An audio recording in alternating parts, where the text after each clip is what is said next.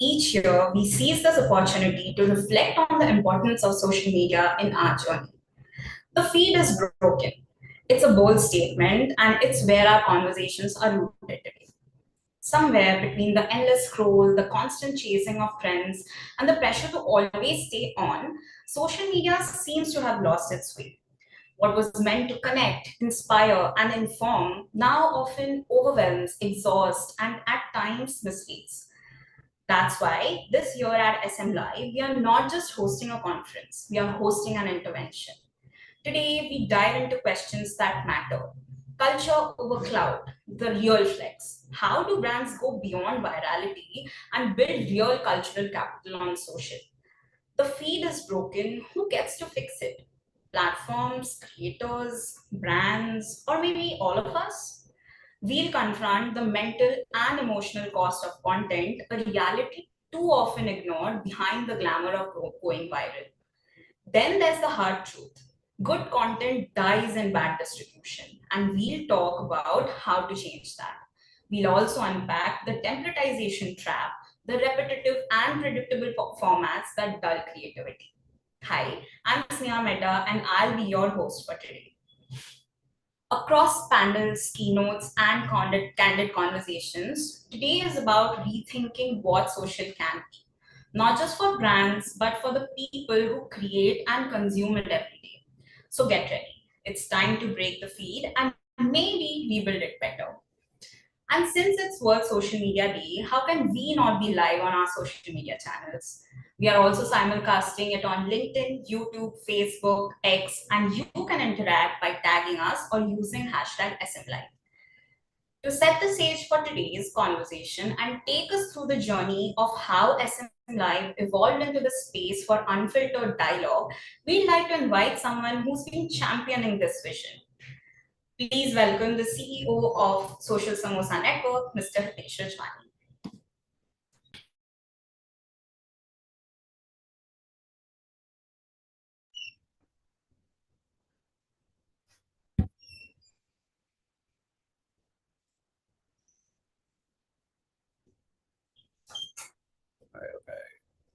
Okay, guys, can you all see me? I feel I'm going back like 3-4 years from now, where we used to ask everyone, "Can you all see me? Can you all hear me?" So if you can see me, hear me, just drop a hello in chat. Oh yeah, I got responses. Cool. So yeah, I mean, I think Sneha set a very good context to what SM Live this year is, and I feel a lot of what I wanted to say is already covered in her spiel. And to be honest, we didn't rehearse it at all. That she'll be taking this up and I'll be taking that up. But yeah, it's indeed an honor to have all of you tuning into SM Live today from your homes, from your offices, or even I don't know if you're watching it from a cafe. Um, so like Sneha said that I would want to tell you about the journey of SM Live a bit. Won't really delve into it as much because the attention span is quite limited that way. So yeah, I mean, with the rise of social media platforms, Social Samosa had started. I mean, like that's why Sneha said that it's the very reason of our existence, and that is the reason why every year with SM Live we pay a tribute to this medium that has given us our meaning and purpose. Though over the years social media has evolved, social is not social anymore. It's content, it's performance, it's culture, and we've been following this trail through and through. Though we've always have and always been the strongest of proponents for social media ecosystem, I think it's time to be more honest and candid about addressing the elephant in the room. So you must have seen some of the promos about SM Live from my handle as well, that some of the best content that we are creating at this point in time is falling flat. The distribution is broken. That following count is now just reduced to a number, and I think trends and moments are dominating a lot of our calendar. So there is like it's a very clear thing now that the choice is on us whether we accept this reality or we take these challenges head on. And that's the reason why we have curated sessions today which are addressing some of the most pressing problems agencies, brands, and even creators are facing today. And over the next few hours, you'll have leaders from different spectrums of advertising and marketing who are living this reality and taking on these challenges every day, and they're likely to shape what's going to come next. So yeah, I mean, as you watch this stream today, I encourage you to be more curious, to ask as many questions in chat. And like, since it's social media, I would also want you to, you know, put that out on your, like, if there is something that resonates with you, put that out on your social feeds, open a dialogue of sorts. And without further ado, people managing the screen, is Mayur there? So without further ado, I would like to start this SMLive, and I would like to call it like the beginning of the SMLive with someone who's been the builder behind some of India's most loved brands out there. He's whipped up ads which literally break the internet, and he's our go-to person when it comes to talking about brands. I think there is this common phrase in advertising, not as common, but in advertising, they say that if a person from the advertising or the creative side of business moves to the brand side, it's a loss to advertising. And Mayur is a clear example of that. He's advertising's loss and the brand or marketing community's gain. Over to you, Mayur. Welcome to SMLive. Thank you so much for doing this with us. ऐसा नहीं है. I'm the insider man. I was sent to screw things up here as well once I was done there. So thanks for having me. कितने लोग हैं? What language do you all understand? Emoji, English, Hindi. I know Punjabi, but I'm not going to attempt it. So English सही है. How many of you understand profanity? ये भी बता दो. I'll like sort of meter myself accordingly. Got it. So English, Hindi, English. Okay. So if I like drift into English, like just English rather or Hindi, just like awesome. Yeah, you can count on profanity. I don't think I can help myself. Anything you don't get, just like pop it in here and I'll address it language wise. Ask me questions. Yeah, because otherwise it'll be just boring as fuck to talk to myself. So yeah, I even have like a deck, by the way. I made a deck. I promised myself I wouldn't. Then I succumbed because like I didn't do any work, and then I said, okay, fuck it, I'm gonna make a deck. And there's T. Hey T. Thanks for joining. I'm gonna call you out on this when I come to the cringe. You'll love it. Should I project shit or should I just talk? What do you want me to do? Yeah, I'll do both. Yeah. Okay. Let me find what I want to present. Tell me when you see this. Yeah, you see this? Someone say yes. Yes. Okay. Cool. How the hell do you like show a deck and also see what people are saying? Someone tell me this. No one knows this, right? Lelo Meri. Okay, wait. Chat pop up. Thank you so much. Yeah, okay, got it. Yeah, this is beautiful. Yeah, but it only stays like on the chat window. Okay, no worries. I'm just gonna keep drifting in and out of here. Okay, so if I'm like giving you delayed responses, then you know where I am. I'm on the deck, and then I'll just come back. But my deck doesn't have that much, to be honest. It just has trash. And I thought I'll just start by calling out the AI in the room straight away, right? And I'm gonna talk about that before I drift into culture and bullshit and so on. And anyway, so I'm just gonna talk about how we work and see where it goes. We work on a few brands, right? Including one that I'm wearing right now. If you can read it, just type it out, and if you have Instamart, go check it out. Just look for it, and if you don't have Instamart, fucking download it. So yeah, I mean, so we work on a bunch of brands, and this is Instamart, and we were thinking of something for it. So we're like, okay, so let's just ask AI how to do it because like we don't really have to work, right? It'll do all the work for us. That was the hope anyway. And I don't know if you can read this. I'm hoping you can. So I don't want to read everything out. So we asked it to like name a brand.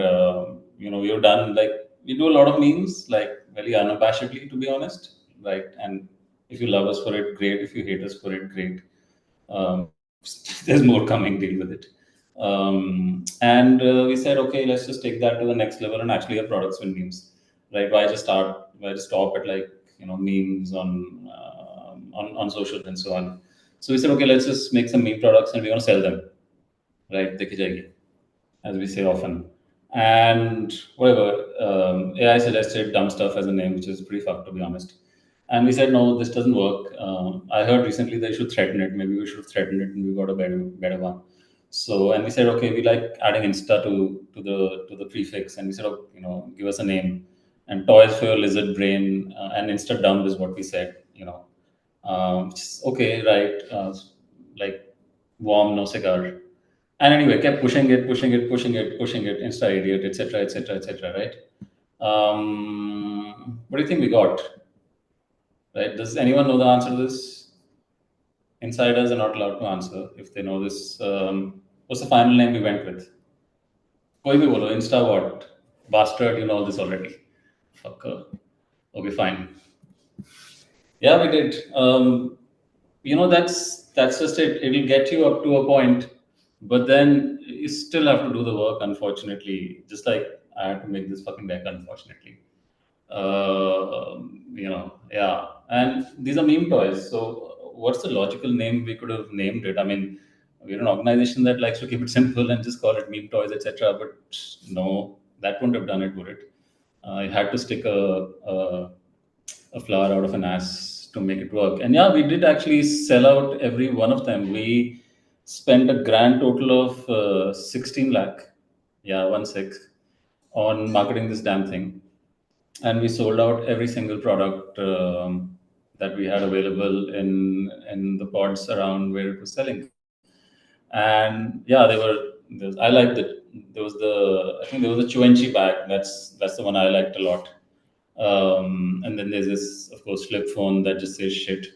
And there's a Ganji toy, but Ganji is like a little too done now, but that's okay. It had a cactus sticking up its bum, so it put a red skirt on it.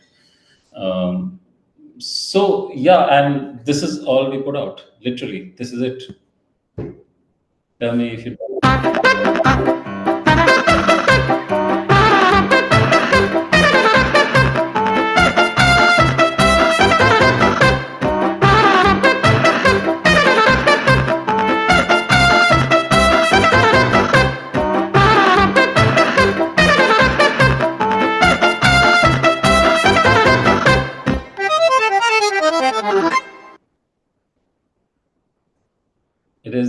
It is just what it is. It is how it is.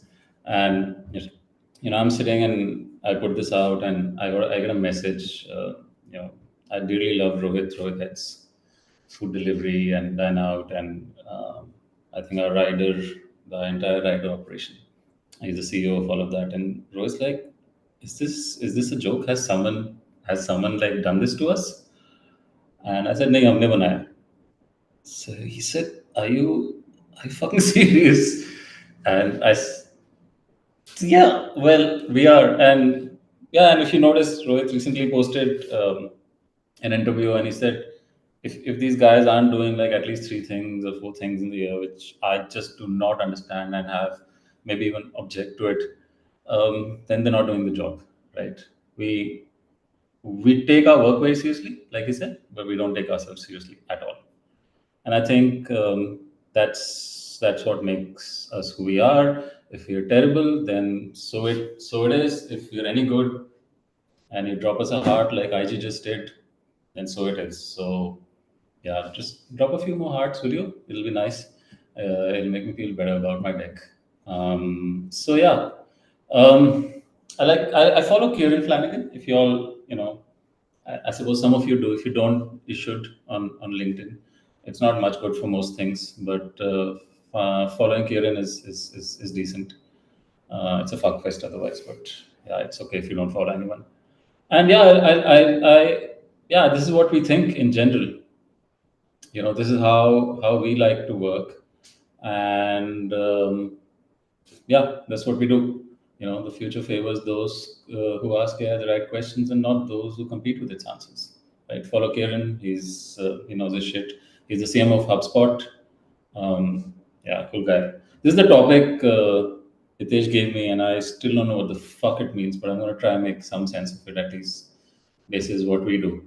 And if you all have, by the way, if you have questions, just shoot it away, because I honestly don't have much in terms of a deck. I literally have 3 examples, so it's going to fly by. So if you want it to fly by, then sure, I'll do my shit and I'll go and have like this bar of chocolate which I promised to finish before this ends. I'm like a full packaging victim, so yeah, I buy shit just because it looks good. Shoot questions and I'll take them, or I'll just carry on. And this, like I said, next 5.5 minutes, this shit gets over and we all go on with our lives. I see Shang, I see Yupti. I like those girls. Hi. Okay. So, I asked Yupti and Isha, who, you should look them up. Yupti, Isha, Tanya, huge, just the shit they drive is insane. And I'm going to give you an example of that. I asked them to text this to me, so I will read it. I can't otherwise, right? I said, what does this mean? Is line ka matlab batao mujhe, and so on, right? You can read what's on the slide, by the way. Some of this shit is sent to me by T as well when she sees what we post. They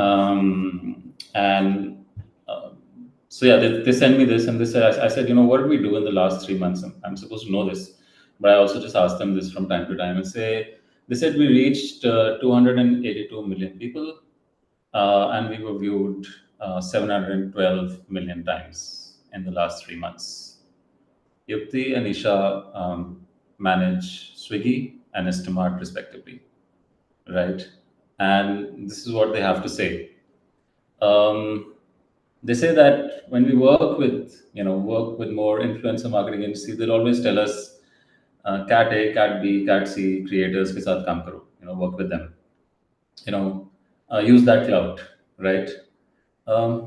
In the last 6 months, we have not worked with a cat A creator, and we have still clocked the most numbers as a brand in India. And I just gave you the numbers, which I'm not normally supposed to, but yeah, knock yourself out. As an example, and they said that the Shinchan kid himself was 25 million in 30 hours. Right? These are insane numbers for a brand to be doing. A brand doesn't do this. Creators do this, sure. They do bigger numbers than this even. But a brand is not supposed to do this, right? And we don't necessarily think of ourselves as a brand. We think it's just too odious for us to think like it's too much. Why? I barely follow a brand myself, to be honest, right? We pop up in comments, we post whatever. Half the time, I don't understand what these girls do, to be honest, and I think it's just as well. I'm just better off not coming in the way of it.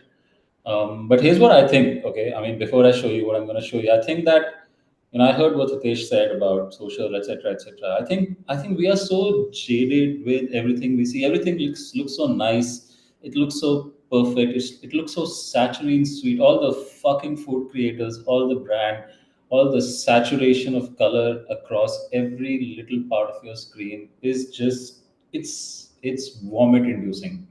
Okay, what we really want when we in doom scroll mode at any point, day or night, is for like a spark of reality, right? So when a regional creator does something stupid, even it doesn't matter, you can call it brain rot, cringe, whatever the fuck else you want to call it, right? But if it feels real at some level, or if it just feels fucking stupid without purpose, you're like, you know what? This has way more depth than all of those other fucktards who just painting the fucking screen with just the same shit over and over fucking again, right?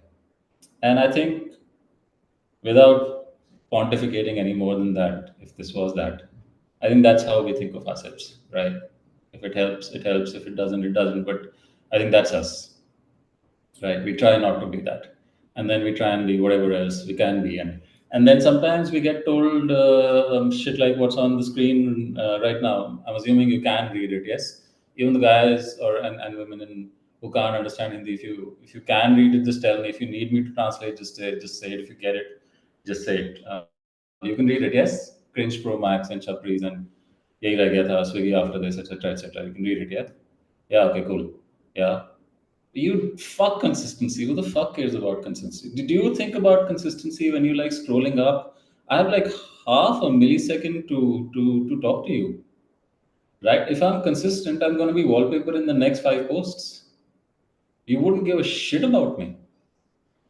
Consistency, this whole brands wanting to be consistent and all of the, oh my good fucking god, I want to like open this window on this fucking floor and jump off it. No, we do not want to be consistent. It's absolute. Like someone tells me, "Oh, this is not on brand." Yes, it's not on fucking brand. It should have a thread connecting it that connects it to my product and my voice. It's not on brand. Excellent. Like seriously, knock yourself fucking out. You might know this one, by the way. Yeah, I'm gonna play this. So like, hold on to your horses.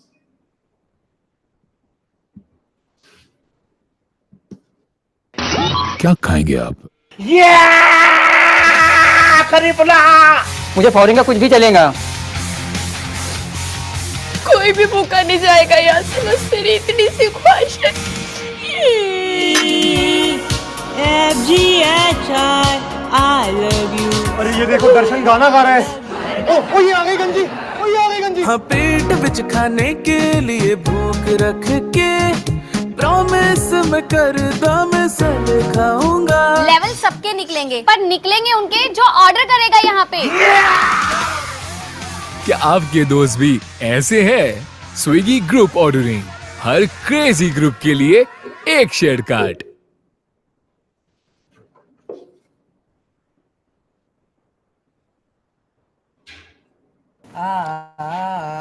भाई please यार। Yeah, I mean, so yeah, Cringe Pro Max and Ethan Reg. I mean, the comments are insane. You should go check out the comment section of this and so on. Do you think by doing all this, it's looking like Swiggy is trying hard to fit in the culture? I don't know, man. I mean, like I don't know. I think maybe we are sometimes. Maybe we can look like we're trying to appropriate culture. I don't know. I think, sure. Equally, sometimes it can just feel like often I just stumble upon a comment we made or something we posted, and I'm just like, this is just so stupid. I mean, I don't even think we're trying. Like sometimes I think we do it, and the girls just have a what the fuck moment in the post, whatever. I think it's a bit of both, if you ask me. I think that's the thing we try and liberate ourselves from. We try and liberate ourselves from judgment, and it's okay if we get judged. Like you're perfectly fair in asking the question you're asking, Neeraj. I think. And that's the thing. We just take it on the chin if we're rotten and get on with it, and we have like the same approach to the shit we do if it works out well. I just don't think we want to pressure ourselves about fitting in, not fitting in, etc. I mean, you might be right. A lot of the times, you might just be trying like hard, but like, who gives a shit? Because 1 minute after you've seen it, you've forgotten it. Right? You don't give a shit about it either way, right? So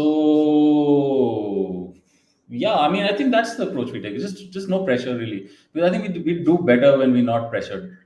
And Yupti and Isha and so on, you can like totally contradict me and say he's lying, he's a dick, he totally pressures us, and we're about to kill ourselves or him or both. They're on the chat, so they can say this, by the way. But that's my approach to it anyway. I hope I answered your question. How do you ideate for this campaign? I don't, man. I don't ideate. I do not. Do you think I get this? I saw this idea and I was like, I don't get it. I really don't. But then I don't think I'm supposed to get it. It's not me. It's not who I want to talk to, right? All I see is food and workout videos, and I'm really not the person that's being spoken to here, to be honest with you, right? I think we have a sense, like I at least try and tell myself I have a sense Isha knows there's an appraisal coming in a few months. Also, I paid her, so yeah. Thanks, Isha. Right. I hope I'm making the shape right. I think we have a sense, like I said, about what we want to do, and it's not like we're trying to break a mold or anything. I think we have a sense about who we are, and who we are not. I think wholesome in general is not something you'd associate us with, right? If I speak like a planner and you want me to like talk like I can't talk like a planner. I try not to do that, but I think we want to. I'm going to show you, DG, what we plan to achieve with such campaigns. Yeah. Just give me a sec. But I think we don't want to be wholesome, so we're literally the opposite of that. Is my answer, and then we try and like be as fun, effortless, quirky, whatever we need to be to achieve what we want to do, right? And ultimately, I think that line at the end which says कि आपके लोग भी ऐसे ही हैं, just missed out adding one word because आपके लोग भी ऐसे ही fucktards हैं, या हिंदी में एक अच्छा word होता है जो मैं यहाँ बोल नहीं रहा, but that's really, I think, the reality of us and how we talk to our friends or about our friends. And we just said, okay, let's just try and capture that. And I think it was a moment also that we ended up creating where we said, okay, let's get all these fucktards in one place around one table. So I think that's our thought process. I don't know if we directly answer how we do this and all, right? Yeah, blame us. Yeah, blame us for Chudel and whoever else you want to, man. Probably right. The girls are here, like they'll take it on the chin. Where do you draw a line with the boundaries? I don't know. I think we draw a line in terms of, there's no profanity here. If you think about it, there's not like one little thing. We just got some creators who have a certain vibe, and we said, just put them around a table and they'll just be who they are. We didn't tell them what to do, really, right? And we don't have to. If you think about it, if you just analyze it like, bit by bit, there's nothing about that reel which is actually objectionable. It's just out there, right? It just takes the personalities and says and tells them to be who they are, right? And not be what the brand is really, and help it. They help achieve the brand what it needs to, but they don't have to be the brand, because then what's the point of taking these guys to do a fucking skit of someone else? So yeah, I think that's how we manage PR in legal. There's absolutely nothing wrong with. So that's where you draw the line. Perhaps that's the answer to where do you draw the line, right? We shouldn't get fucked on legal. So yeah. And what's my advice for newcomers? I don't know. Ask Isha and Yupti, man. I don't have it. I'm so bad at this, but ask them and she'll answer. Isha, Yupti, two of you here, do some work, please. वहाँ से तो कर नहीं रहे, यहाँ पे type some advice for someone who's just starting out. What is the brand personality of Swiggy and the brands? I think Swiggy is very different. It might seem like Swiggy and IAM are the same. In our heads, they're not. I think IAM as a if you think about who buys really, right? IAM might actually be slightly older, although we try and cover both ends. I think if you see the work we put out for IAM on what you might call mainline advertising, everything's digital, but films, etc., that seems to appeal to a slightly older demographic. That's very, very deliberate. So if you see a Sukhbir, if you see a Chavla, etc., I mean, there's a reason they're there, and then we do whatever quirk we want to do with it. So young families and so on is probably core TG for IAM. Of course, there's a lot of people getting onto quick commerce, so we do have to cover for that, and I think our social helps us cover for that. So it's, to my mind, it's actually a balance of the two in terms of what our mainline does and what social does. And I think FMP delivery, food marketplace or food delivery as we call it, is it's just talking to a much younger audience. And as such, you see pieces like what I just showed you, and it's unabashed about it, right? So as such, yeah, I think that's what it is. And someone asked me a question about positioning and shit, right? So what would you call the brand personality? Yeah, I think I tried to describe it. I think we're quirky as fuck, I think, in both cases, but there's a certain demographic that IAM talks to, and there's a certain cohort that food talks to, and we're acutely conscious of that. And I think we fail every time. We've seen it in the recent past as well. Whenever we try and be like cute with food and meaningful and shit, it falls flat, honestly. Now we've built this over a year, and that shit doesn't work, to be honest. Right? And ultimately, I think you'd be amazed at what social media is for Swiggy. I'm so glad you're asking that answer, and it feels like it's all just fucking fun and games. And what are you achieving with this shit? What do you get out of this? Does it even lead to business and sales? And I'm so glad you're asking all of this, because ultimately you all have to answer these questions when someone asks you this, right? Do we believe in traditional ways of brand thinking? I think we, at a very fundamental level, we do, but then I think in the way we execute, it almost seems like we abandon it. But I think in my explanation of the two brands, perhaps it helps you see what we think. At least we were sure about who we want to talk to, and then we try and not put so many guardrails that we just become a robot at the end of the day. So yeah, we know who we are. Right? I don't think we want to use it to just pigeonhole ourselves, right? I addressed the PR and legal thing above, so not going back there. But yeah, what was I saying? What does it do for us? We done regular brand tracks, monthly brand tracks, and to be honest, we have extremely strong competitors in all the categories we are in, right? And a year down the line, after, and Anisha, who head social, is super proud about this one. One of the places where, and whenever you're in a duopoly, you pretty much are. Yeah, sure, sure, shares. Put on headphones though, if you can, please. But noted. If you think about, made me lose my track. What the hell am I talking about? Yeah, okay. So if you think about brand tracks, and in a duopoly especially, think about food delivery, till now a two-player category, right? It's really hard for you to move brand metrics. Someone just mentioned, right? And because both players are really strong, good, strong brands. We've a lot of respect for all our competitors, and particularly in food. But for the first time, I think after doing a year of what we did with food, we found that we actually made a serious dent in. I'm not going to take the name of the cohort because everyone uses it, but in the younger cohort, right? For the first time in a while. And one of the mediums that popped up as successful for us was social media. So there are actual numbers, which I'm a listed company. I can't put out all of them out here, but for after a long, long time, is what we achieved, right? And yeah, there are real and tangible benefits to being very sure of who you are and doing it consistently, and being unabashed about it, right? And on the other side, the manner of our functioning, which tries to be less pressure, at least in terms of uh, the stuff we create and put out, or the trends we leap on, or the comments we make, or whatever, right? I think the combination of these two things seems to be doing well for us, and I hope some of you agree with that. Yeah. What else? I think I addressed all the questions, and someone asked me, "Is work here?" Right. So I'm going to try and answer that.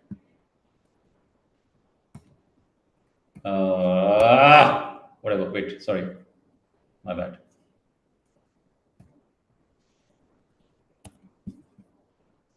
Give me a sec. I'm going to check this deck and see what's happening with it.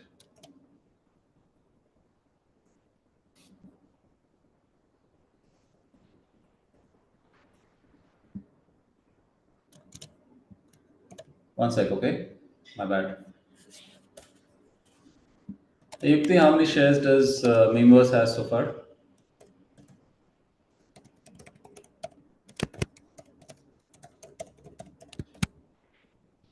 Okay, I got it. I'm sharing this.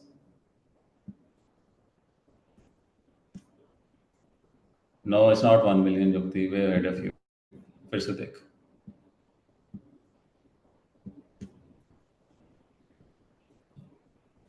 It's got 1.1 million shares. I'm not talking about views and likes, etc. I'm just talking about shares. It has 1.1 million shares and counting. And of course, there are metrics on how much group ordering got used after being launched, how many people use it, what was the order value, because group ordering naturally will have a higher order value, etc., right? Yeah, they are real and tangible metrics that pop up when you do what you do, right? So T, sorry about the cringe, but some of it works. I think Yupti and Isha again take some answers on the regional play, etc. I think regional creators are, in my view, the lifeblood of the internet right now, and we try and get with as many of them as we can. Right? It's something that we almost I don't know if we pride ourselves, but we think we should be ahead of the trend in terms of finding these people and working with them, because they're just more real. They're more, you can feel them. They're not so artificial, and yeah, they just touch you at a level which a lot of all the facile content around us just cannot. So we love them. We absolutely love them. We loathe that some of them get called names like brain rot, cringe, etc.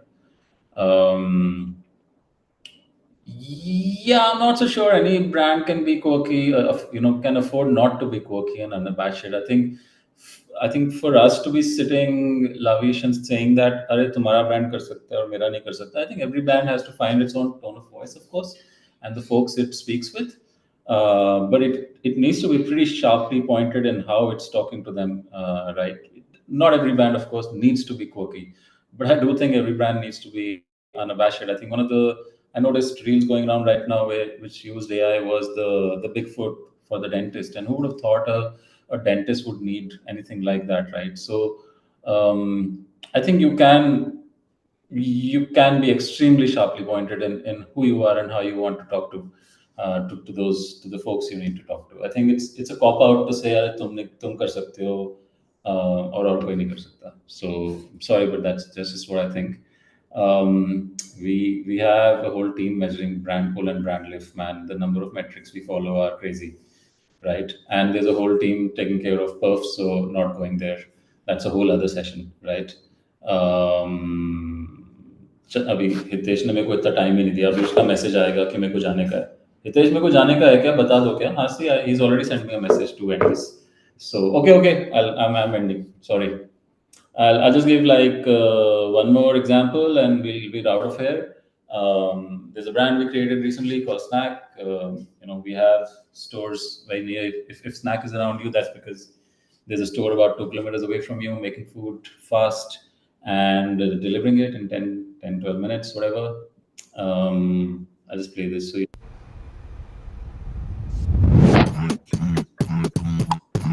Dope dishes in 10 minutes. it's just the food you need, and even here we sort of asked AI कि क्या करना चाहिए, snack का brand बना रहे हैं and all, and I noticed Izaz, look, you should follow Izaz Ansari, by the way. I stole his video and I told him I'll give him a shout out. He's a really cool guy, dabbles with AI video and is a product designer. And that's the other thing about us, by the way. We don't care where the idea comes from. I think ideas come from anywhere, and we don't put pressure on ourselves कि X team has to do it or Y team has to do it. We just beg, borrow, steal, adopt whichever idea comes from wherever, outside, inside, whatever product engineering. And Izaz actually is the guy who came up with, hey, let's make the Snack app all about food and just insanity. And this is the question and answer, whatever the answer that AI had given us on that, which sort of led us to saying that okay, let's just go to town with that's Izaz's work, by the way. I love Izaz's work, so I'm literally just taking a second to plug Izaz, who designed the Snack app and who made it look the way it looks, along with Sapta, of course, and Srinath. And follow Izaz. He's the guy who made this brand at the top, and then of course Mega, who works with us, took over, and this is what Snack looks like. And it's a QSR brand. Ultimately, it's a food brand, and this is its tone of voice. This is the kind of shit it does.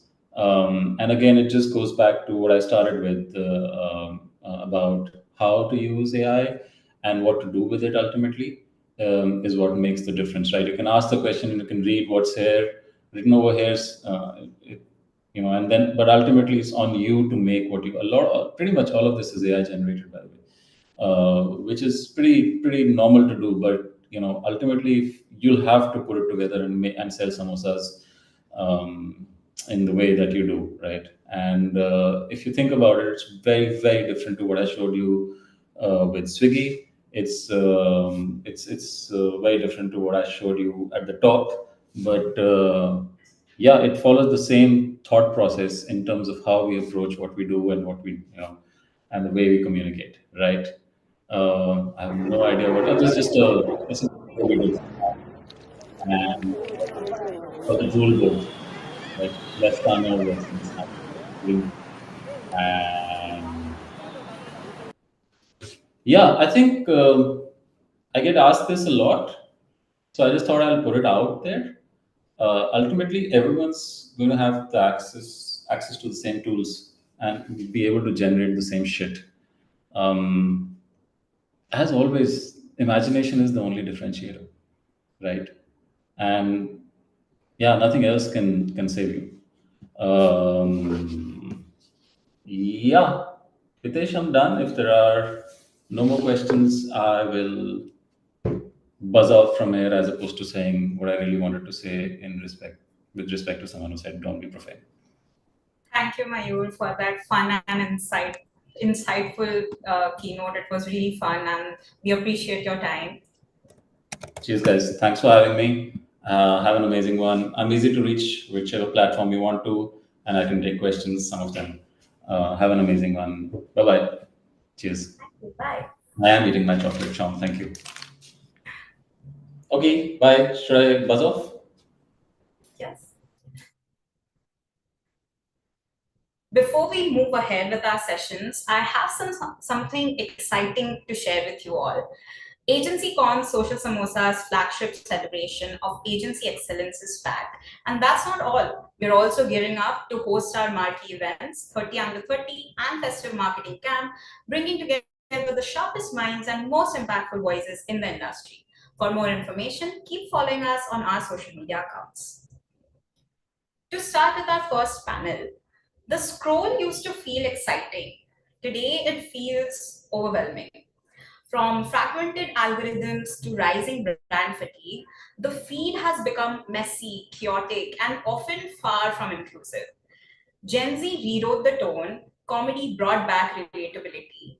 Platforms keep shifting the rules, and meaningful representation still playing catch up. Our first panel dives deep into the chaos and, more importantly, the opportunity. The feed is broken, who gets to fix it? It's not just a question, it's a challenge. Because when everyone's chasing attention, who's truly earning it? Requesting Mrinal Mathur Rajwani, Editor-in-Chief, Social Samosa Network, to join us and moderate the session. Along with that, I would like to welcome our panelists, Pranav Agarwal, co-founder of Social Wash, Rahul Dayama, founding partner at Urbanic, Devarshi Shah, SVP and business head of the Global Creator Network at OML, and Ramya Ramachandran, head of marketing and product Upcase.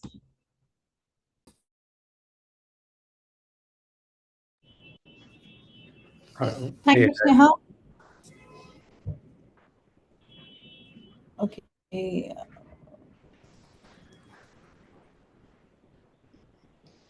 Hi guys, Ramya, we are not able to see you. If you could turn on your camera. Thank you guys. Thank you for being here. Rahul, Ramya, Pranav, Devarshi. I know it's a Monday morning and I don't want that Monday afternoon now, but Monday should turn into Monday blues. But I'm hoping the conversation will bring that charm to you guys, to your Monday as well, to the everyone who tuned in.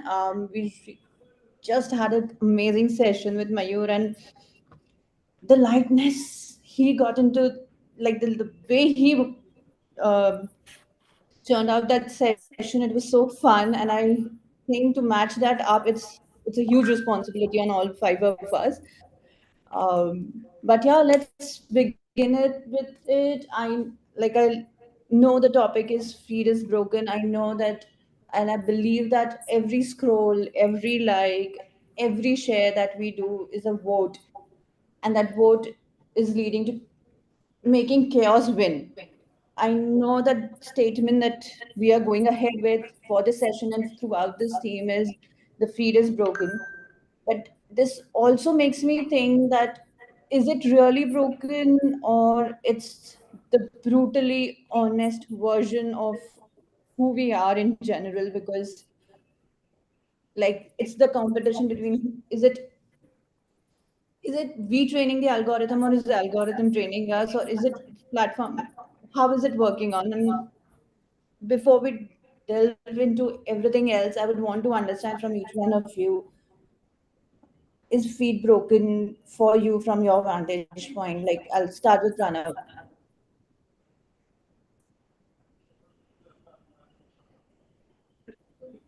Okay. So I think I have a slightly against point of view on this one, right? Like, I don't think the feed is broken. I think it's only feeding into what we want it to feed into, right? Like, in the sense that anybody who's kind of, and I can actually hear my own voice. Is I don't know if It's the a case little for shaky. yeah. It's a little shaky. Yeah. Okay. No, actually, it's better now. Okay, cool. No, so what I was saying was that you can actually teach the algorithm in regards to what kind of content it should actually show you as well, right? So it's your consumption that kind of really builds into what kind of feed you would want to see, right? Like, and it takes less than half an hour to actually teach the feed on what kind of content it will show you, and you can change it every half an hour as well, right? Like today, if I go to my feed and then start liking content which is just podcast, half an hour later I will just get content which is podcast, right? So I don't think it's the algorithm that's working in a way that okay, he'll show you what you want to see, right? And you can actually teach the algorithm or break it as well in a way that okay, hey, this is what I want to see, so I want to make sure that the algorithm shows me that as well, right? So I think that's my point of view. So yeah.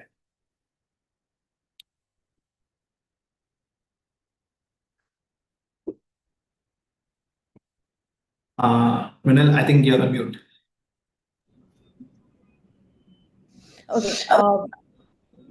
Rahul, do you want to continue what Pranav just said? Do you echo his thoughts, or do you think it's broken completely? Yeah, I don't think so. Because I think I'm aligned with Pranav. I don't think feed is broken. It's like it's exactly what you want. It's exactly sometimes it's like I want it to break because I want to see something new. So the question is like, are you into someone's feed or not? That is something I think as a brand I would look at because I think algorithm is learning day by day. It's like the whole content scenario is also something which is being building now. People are trying to figure out their own niche because like after lockdown, I think a lot of people wanted to get into niche because it's not just snackable and time pass content anymore now. It's there. The cringe is there too, but like other content is also making their space.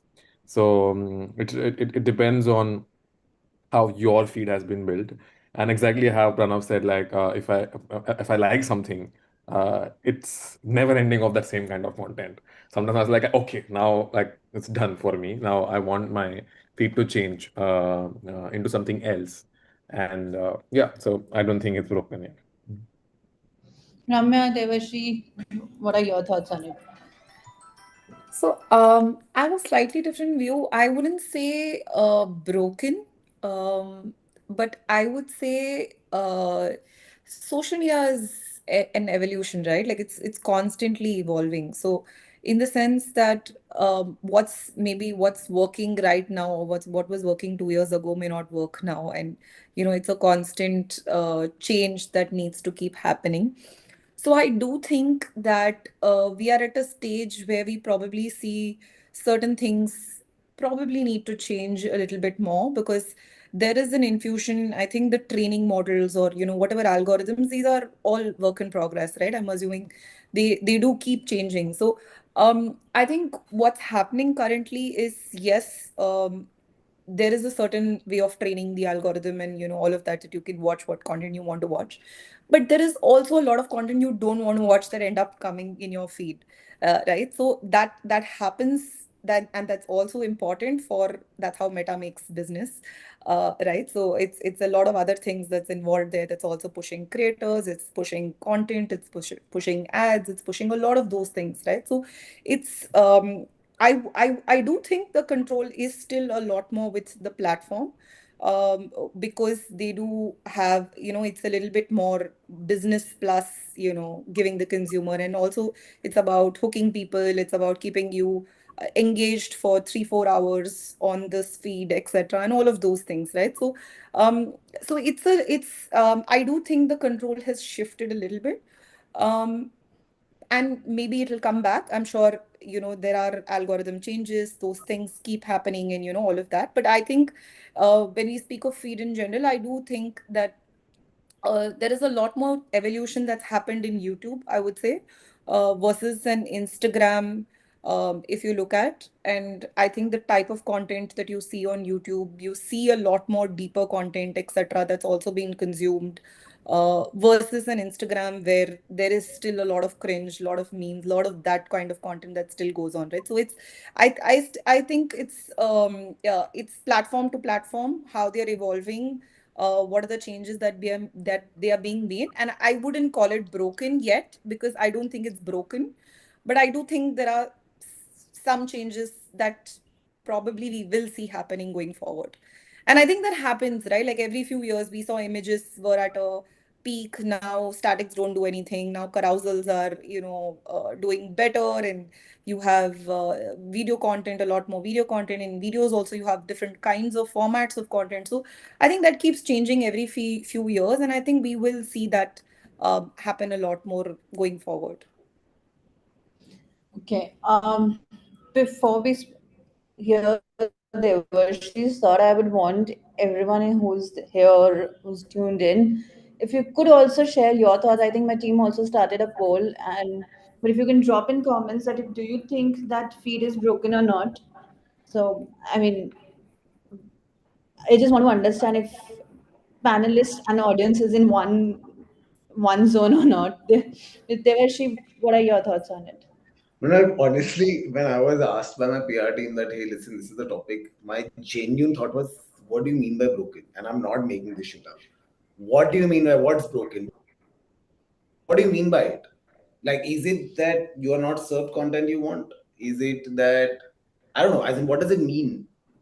It's a genuine question. So for us, when we say it's broken, it's like the rules of what we wanted to how we wanted to consume social media, how it when it started, how it was.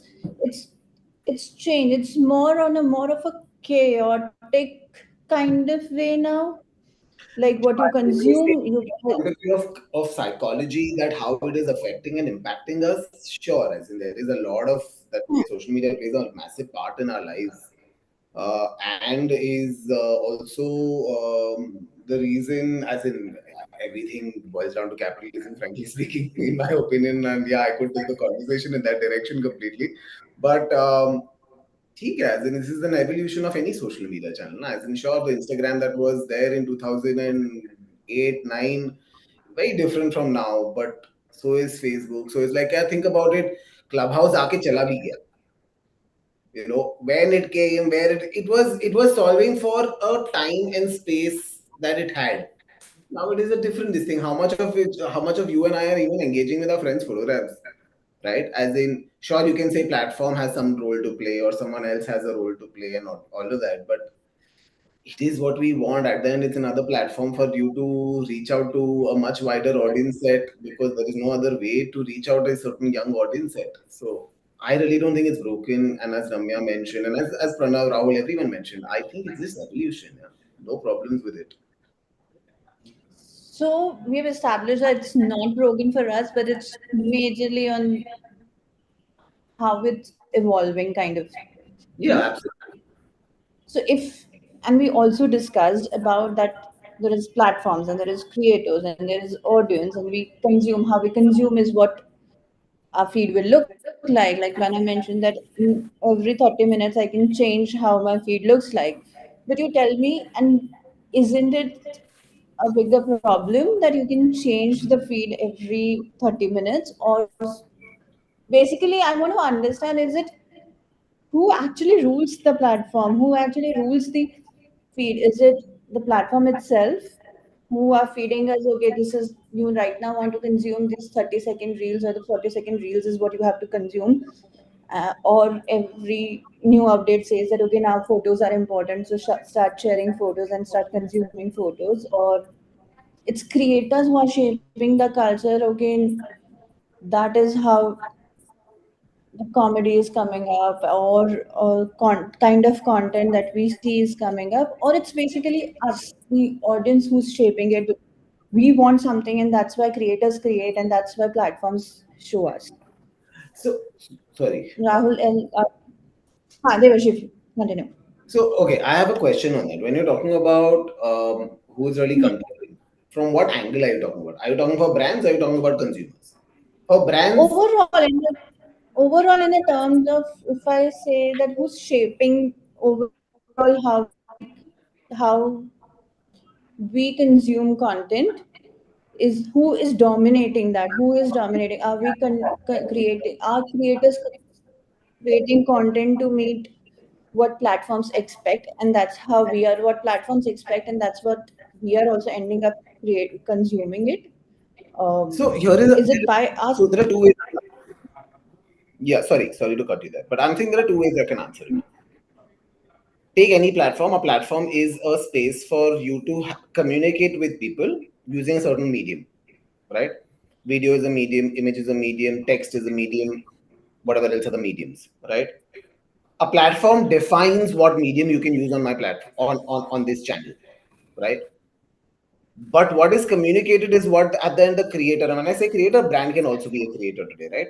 Chooses to communicate a certain way. So yes, to some extent, it is the creator choosing to say a certain language, or choosing to speak about a certain topic or a certain, I don't know, some irreverent shit, or it is the platform telling you what medium you can use. For the audiences, what changes? Nothing changes for me. As in, I can choose whatever I want to or not want to consume. Truth be told, just 2 weeks ago, I changed my Instagram channel. I'm like, this channel is getting too hectic. I made a whole new Instagram page. I'm like, अभी इस पे हम काम बात करेंगे, because that is now too hectic. It's too much. I'm Wasn't following. that a sign of being too chaotic? Sorry. Wasn't that a sign of being too chaotic? So you're talking about control. Control is with me, no? As a consumer, I still control my narrative. I control what I want to watch and not. And it was too much manner to delete people, remove people, change feed, yeah, go. I'm like, just change a new page. How does it matter? So control is absolutely still with me. Now I don't have those old ads also that were being featured to me once upon a time on that old page.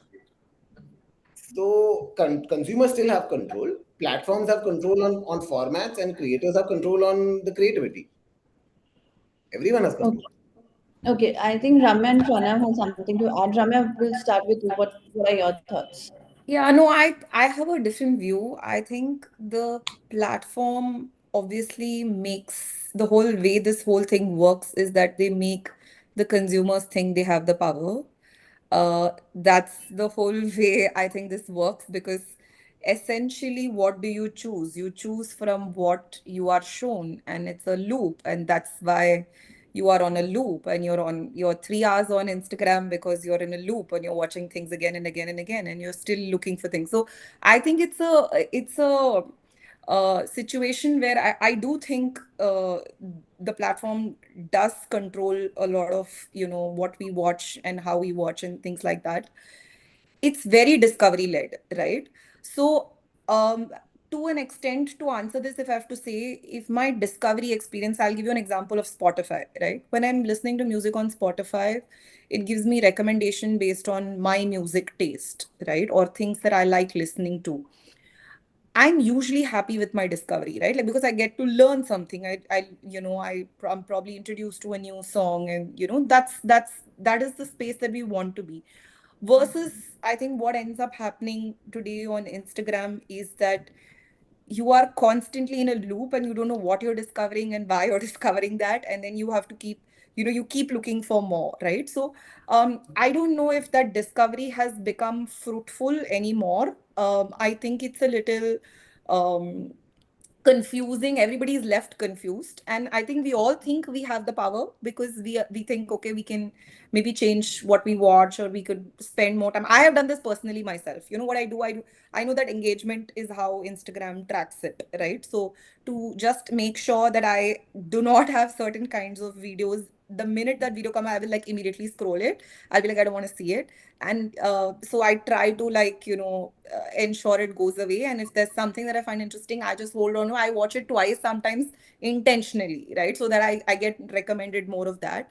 But instead of doing that, I feel like if there was easier mechanism to cut, paste, choose, right? Like say, for example, if there were buckets of content, right? Like say, suppose I'm somebody who doesn't want to watch memes at all, right? And if I get to choose not to watch memes, then maybe it would be easier for me to do it versus say completely abandoning my account or going to another account or whatever. So right now I have zero control to choose what my feed should say or not say. It's usually on what's thrown at me and how I react to it. So I think that is my issue with this thing. But I don't think it's that much of a problem. I think it's um, we are also as human beings, we also get with it, right? Like you get used to something, then you get trained, like then you feel like, okay, now I'm used to it. So then we are also averse to change. So it's a it's a loop, it's a cycle, I would say. But I do wish that things got a little bit more interesting. I do wish there was more informative content. I think in this whole thing of cringe and views and clickbaits and stuff like that, that's happening, that the informative content bit has completely lost out a little bit.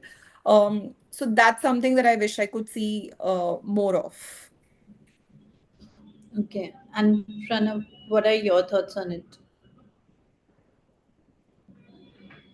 So I think there are three angles to any kind of platform, right? Like there are creators, there are brands, and there are consumers. And when I say consumers, I mean consumers of content, right? I think I can still hear myself back. I think someone will have to might just go I on. think you should move again, like twist a little bit. I don't think so. I think someone has to. I don't. Good, good. No, so there are basically, as I said, right, like three kinds of folks, profiles or handles, or whichever, however you want to call it, right? Like audiences, consumer, so creators and brands, right? Now, essentially, a platform, obviously, from an algorithm perspective, promotes the kind of content that creators are doing, so that consumption increases, right? And that kind of enables you to consume more and more content as a consumer or as an audience. And then obviously then brands advertise basis the kind of reach that they get out of the platform as well, depending on what is the kind of consumption that they're getting on the platform. And you can play with it if you understand algorithms, right? Like, which is where I feel like it is broken. Like in the sense that you can control your feed, but honestly, like as people, we understand how an algo works, right? There is a bigger chunk of audience that do not understand how an algo works, so they are not able to break the feed, right? So I mean, I kind of get both the angles to it, but I feel like that sensibility needs to increase in an audience, not just in India but across the globe, right? Where they understand how an algo works, and with more and more literacy about like coding and like AI and so on and so forth, I think people will get aware about it, right? Platforms just promoting mediums, right? As what Rahul also mentioned, right? Like or they actually mentioned that, okay, hey, there is either static, there's carousels, and then that's cyclical, right? Like, and that cycle will keep on shifting, right? Someday it's going to be real, someday it's going to be carousel, someday it's going to be static, someday something else altogether, right? But at the end of the day, us, we are consumers of content, and then they're creators of content, and we kind of consume that. However, there are people who understand how to break away from a certain kind of content and the loop that they're in, and some people who do not, right? Actually, most of them who do not, right? So the ones who know how to do it, they kind of do it on their own, right? Like, okay, hey, listen, I need to like X kind of content to make sure that I only get that kind of content, and there's a bigger chunk of people who don't understand how to break the feed, and then they're kind of stuck in the loop as well, right? And I mean, I don't remember who said this, right? But I think this was one of the points that had come up, which is that there is no, it's all like you're just consuming brain rot content, right? Like, and that is what is available for sure, right? Like a lot of it is really available on these platforms, sadly, right? But to be honest, if you know how to really break into your feed, the amount of learning you can get just by watching content is insane, right? Like, you just have to make sure that you engage with, like what Ramya just mentioned, right? Like either like it or watch it twice or thrice or four times, right? Like one of those algo works in a way that, okay, a lot of creators started doing like 2 second or 3 second reels because it might play three, four, six times, and then the algo would kind of start promoting your reel on an upward trend, right? Like, so if you watch it three, four times and not just like it or engage with it, you are more likely to see that kind of content even more, right? Like, and then when you actually break into it and start getting content which you do want to see, you want to learn from, right? Like, and that could be like snippets of podcasts, just as an example, right? Because that's also the in thing right now. You can really like start looking at, say, even doom scrolling to be a bit of a learning curve. I'm not saying that, okay, hey, it will make you the smartest person in the room. No, it's not going to. But then that you can actually optimize your feed to make you learn things that you might have not learned at work as well, right? And kind of just like helps in a lot of ways. So yeah. No, I agree. Anything that we want to start learning in say some, maybe like for us, like a skincare or fashion or anything, just consume 5-10 reels, share it with your friends, save it in your collection, and your feed is completely about it, and you'll know a lot more than you'll research for next half an hour. You'll know more in that half an hour. I agree. Rahul, you have something to add to it? Yeah, I think control is a very interesting subject to talk about when it comes to social media, how things are evolving. I think you should just think about the product psychology. Like every user have a different kind of control sets. I think social media have three types of users. One is brand who want to reach out to people. One is content creators who want to be famous. Like it fill in, like it gives you a music, it gives you editing tools, it gives you certain things which you might not have there. That's why initial phase, if you see TikTok and all, they used to make all these fake red carpets and all that stuff because the product psychology was to make someone famous, like make someone earn something money. Then the other third consumer is like us, who is a consumer, who is filling their mini gaps, like while traveling in the train or something like that. So I think overall the control specifically lies with the platform if they use it. But for an example, I'll give an example. I was studying one case study in China. So there were two platforms. They were supposed to do live. One was like supposed to happen on TikTok, and second was supposed to happen on another platform in China. Um, the first live was failed because they didn't get traction. But the second platform reached out to the same CEO and said that I'll divert all the traffic of that particular hour to your live. And they sold 300 crores in an hour. So definitely, at certain point of time, platform holds a lot of control when it comes to manipulating content. I don't know what extent they will do it and how they will do it and when they will do it. Eventually, platform is dependent on masses. So if you see, all the opinions keep changing on masses. So eventually, I think the mass will have the control. Like the maximum opinion will have the control. So like what eventually, like if you have something very niche, you have to figure out a niche platform, you have to figure out a niche way to communicate with them. Social media is generally considered as mass, and if you see, like a lot of people I meet know as like, I'm not on social media because they think that it's not for me. I know what I look for, I know what I want, so I'll go and look for there. I don't need social media to look for certain things. Like if I want to look about the travel destinations I want to do, I can actually figure it out on my own. I don't need some influencer coming and telling me. So I think, yeah, according to me, I think the situation in mass would hold control. Like, but again, it's subjective. It can be navigated and it can be strategically planned. But Rahul, tell me, as a brand custodian, do you think that you really have to be on social media like this and be on hyperactive to hyper relevant to be on trends, because social media, like we discussed all this while, that there are people who would want to be on, like there are people, it's the social media is for masses, you just mentioned, and there are things that are dominating on social media. Do you think, like for a brand perspective, it makes sense for you? See, you have to actually. So, if, like for me as a brand, social media is one part of a channel. So, like you see, my brand would have multiple channels to reach out to people. I would say in a very initial phase, like the first time when we launched the brand, for me, clubs were the part of my channel because I was not very sure if Facebook is telling me this girl is interested in organic, but I knew someone was going to a club for a party, definitely wear something which I sell. And I used to contact the guest list people of those clubs because I know like if someone is pulling the crowd, that's why they're in the guest list. Second, the people who are on the guest list are okay with the free drink. Why not be okay with the free dress? So I think as a brand, it depends on your strategy. If I'm selling something which is very social media trend driven, definitely I have to be on social media if my audience lies there. So if I'm selling something which is too niche and too community driven, which I don't want to be available on social media and just be there everywhere. I just want it to be rare. So maybe I'll use some other channel. It completely depends how you tailor because for us, we have a very tailored strategy when it comes to YouTube as well. We have tailored strategy when it comes to Twitter as well, because every platform has their own psychology. Like I would invest more on YouTube because YouTube is more as a search-based platform. The investment on YouTube will stay for a longer period of time because my video is very relevant.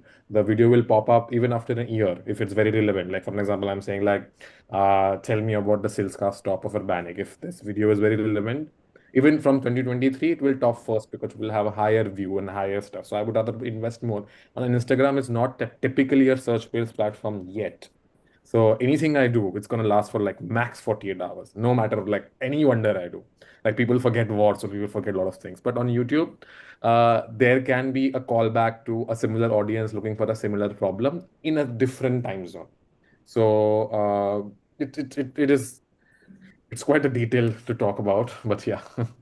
I get what you were hinting towards. Ramya, you are also a brand custodian, and we were discussing about who's ruling basically the platform or the creators and audience. And I feel brand is as good as a creator because anyone who's on social media is majorly as a creator. So do you also feel that okay, to shape the culture, shape the narrative for your brand, you have to be relevant. You have to be on top of the trends that are happening. You have to be relevant, yes, but I think trends are a very short term thing, right? It's that today's something is a trend, tomorrow it may not be there. So what these trends essentially do is they give you these minor spikes, right? Or these minor bits. But as a brand, I think it's about you are trying to build a long-term content strategy, right? And you're trying to build relevancy over a period of time.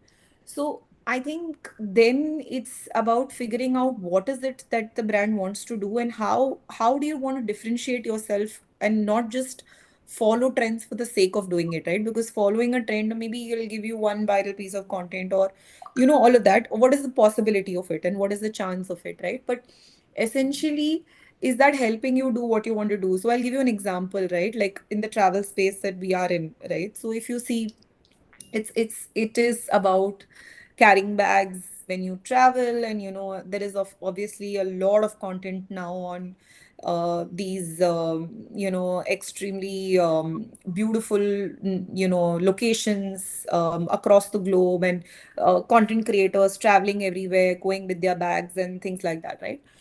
But everybody is doing that. All brands, if all the luggage brands start doing content with content creators who are traveling abroad, right? So after a point, I see the content, but I don't remember which brand has, it really doesn't, I have no recall of what brand was she holding, because every brand now look and feels the same.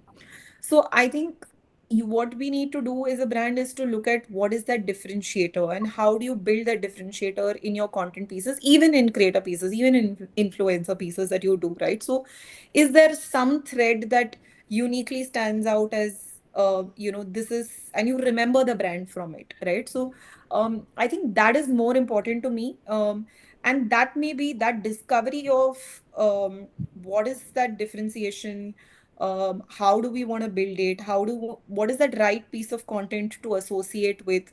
um, these are things that probably come with a little bit of trial and error, evaluating what kind of creators, what type of creators, what kind of spaces you want to be present in, what is the space that you want to own, right? And then building content in that. So, sort of like a thought leadership space, right? Like, say, for example, we stand for sustainability, right? So, if that's my differentiation, how can I pick and choose content that's relevant to what my messaging is, rather than just going with everybody else and doing these travel trips and giving our bags to people who are traveling and things like that, right? So I think the idea is to figure out that space that belongs to you, and then what is it that you can build there. um yeah, and I think trends are important in the short term, yes, but not I wouldn't say, sometimes it's also about creating a trend, right? I think if everybody is a follower, then who's creating the new trend? And sometimes the most bizarre things can become a trend. So these are things that it's not in your hands and it's not in your control. So I think as a brand, what is important is to not be obsessed about trends, but be more obsessed about your brand and what is the space, what am I building, am I building authentic content, am I a me too like every other brand, am I differentiated? I think that is what is important. Rahul, you had something to. I was going to say that as a brand, we are paying to Facebook and Google to get tiny amounts of controls to show people what we want them to show. So technically, yeah, end of the day, platform has the control. So Okay, I get, and we all, I think, just echoing the same thought that platform has control, and platform, and I personally feel it's a little cluttered space now because there are so many people on social media, and everyone is fighting for the same voice. Um, Devashi, I want to ask you, because you are in the business of creating that scroll stopping kind of content, the creators majorly that you are from the comedy space, and I feel comedies, that relatable comedy, or the comedy has become too cluttered in sense, because it's everybody has a different sense of comedy, everyone has a different style of comedy. So how do you ensure that, especially in that business of comedy, you maintain that, okay, the feed is creatively fresh for us? Um, if you're talking only purely comedy as a genre, see, the thing is, you're right. For everyone, humor is different. Someone may find something funny, and some other person might be absolutely appalled by it, right? But comedy as a genre is one of those formats which has consistently performed, right? Um, and as many of my colleagues here have also already mentioned, right? Like at the end, the page realizes the kind of content you tend to enjoy. The platform realizes that. So it'll stay fresh no matter, even if it's a joke, you may have possibly seen it twice. If it's funny, you will watch it.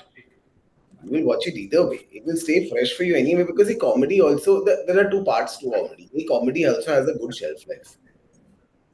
You'll watch that a while, and the thing is, both on Instagram and YouTube, the good part is that the short format works beautifully because I can take one set and break it down into 100 other parts and chalao it. It will stay fresh for you.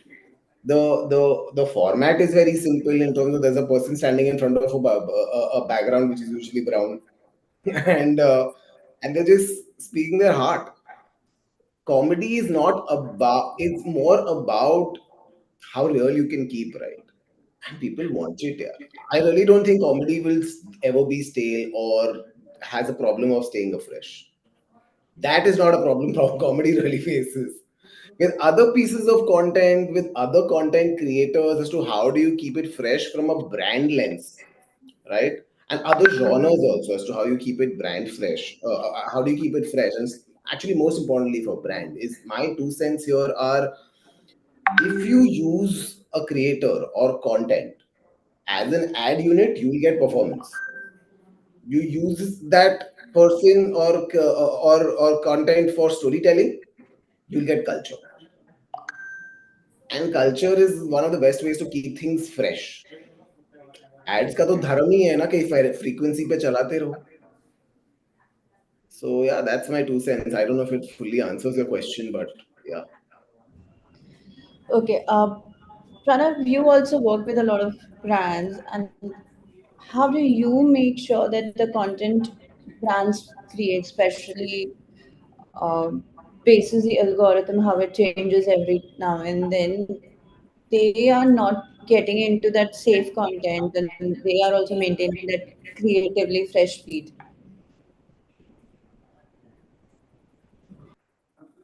So honestly, I think that's an everyday challenge, right? Like to be honest, um, brands love to say कि यार कुछ नया चाहिए, कुछ नया चाहिए, right? Like, but they hate to experiment, right? Like, and I kind of get their dilemma as well because hey, you have to be a brand, you know, consistently, and like with Midnight, it used to be. I'm guessing, I don't know because I've never done it, right? Like, but I'm guessing that it used to be easy because you could like you would do maybe 1 or 2 campaigns a quarter, and some brands would do one campaign a year, right? When it comes to digital and social, you have to be on brand consistently every day, every second day, every third day, and so on and so forth, right? Um, so that's a honestly that's an everyday challenge. Everybody in the industry faces that challenge, not just me. Both brands and agencies face that, right? Like, and it's the same statement, right? Like agencies tell the brands you don't experiment, and exactly the opposite from the brand side, right? Like, and unless like, and there are a few exceptions. But so, so that for sure. Having said that, I think the easier way to go about it is to try and identify a trend at a very early age and give a brand twist to it, which kind of stays on brand, like makes the trend stay on brand on your brand, and still kind of makes it not very safe, but still slightly safer than how creators can make content, right?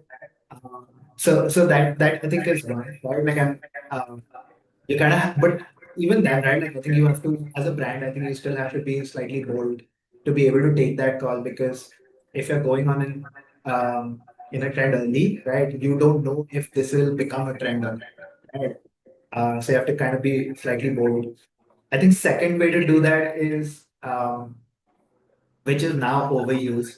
Like in the sense which is I think as much as you can use creators to sort of help you with content creation, kind of like what Deveshi also said, right? Like build culture, right? I feel like that's important for brands as much as it's important to create performance and to create business and get some clicks, leads, conversions out of each and every performance set, right? Like I think to be able to build that kind of culture is important, right? And I think the newest thing right now, I think the remains are to be seen, but I think the use of AI, right? Like you can, it I mean, legal folks might just have a heart attack, right? But it can be safe and still not be safe, right? And you kind of want to push that.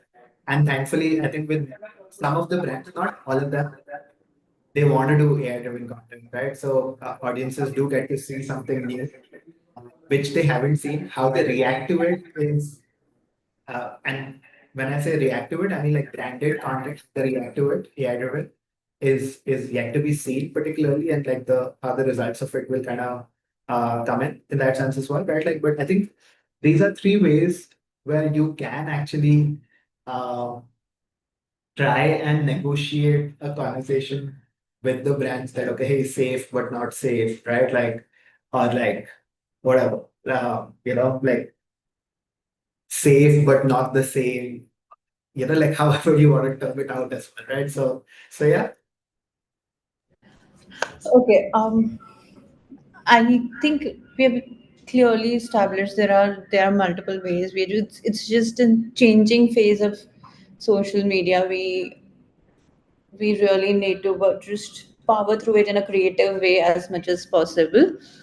But I want to just quickly wrap this session and ask you guys, in a sense, that do you guys think that there is a burnout that is happening, not just for creators, but for a brand, for a consumer as well? If yes, then how do you think there is a way forward? If not, do you think why isn't it happening? I mean, Ramya, if we can start with you and then we'll move ahead. I think, like I said in the first question that we started with, I think um, it's an evolution. I think that there is. I do hope a lot, like a few things change from the platform's algorithms perspective and things like that as well. But I do think there is a lot in our control as well. I think even as a brand, there is you can choose the paths that you want to go into, and even I think the kind of content you want to put out, the kind of content that you want to kind of creators you want to work with. I think those are, I think I still think from a brand's perspective, a lot is in your control in what is the narrative that you want to build for yourself. Um, from a consumer's perspective, um, I think that is a little bit of a challenge. Like I do think there is a little bit of sense of I'm having to watch stuff that I may or may not enjoy. I think from that perspective, I hope it gets better. I hope the algorithms change for the better, and there is a little bit more control given to the consumer, because I think that's the end. They are the people who are going to watch the reels and watch the content and things like that. Um, but I don't think it's in a case. I wouldn't say it's what is the word that you used? Sorry, you're on mute. Burnout. I was talking about. Burnout. Yeah. I don't think it's a burnout as yet. I think there's I'm sure there is still a lot of stuff that's consumable. I do think YouTube is, like, I think the podcasts, I think there is a lot of more informative content that's coming in. There is a wave. I'm sure there is a wave of um I think there is very specific topics, right? Like whether it's in tech, whether it's, I mean, of course, there are creators like Dhruv Rathi who are doing really well. Again, information-based content, right? So YouTube has a lot of information content that does really, really well. So there are aspects of each platform that are doing well, and it's about figuring out how do you leverage that more, how do you want to use that more, what is it, that kind of content that you want to watch. So yeah, I think it's as a user, what can you do? I would say as a user, uh, as much as possible, spend. I know everybody can't gimmick the algorithm. Everybody can't be training algorithms and figuring out hacks, and that's not what someone wants to do. I think I just wish you can see a little bit more of the brands you actually follow and people you actually follow. For, like, even for a give you a personal example, I definitely prefer watching stories than to actually seeing posts, right? Because stories are a lot more authentic. It's a lot more real in time, versus posts when you don't know which has been posted or at what point of time. There is a lot more work done on posts by creators, etc., and all of that, right? So stories are a lot more real, and I think there is a sense of authenticity that when you watch stories. So I do think there are parts that still work, right? And there are parts that people, there is authenticity. I do wish there's much more of it, both from a content creation standpoint and from a consumption standpoint. Okay, Pranav, do you have something on this? Look, I feel like it's a pyramid approach, right? Like you kind of, it's cyclical, as I said earlier as well, right? Like platforms change, mediums change, and types of content also change, right?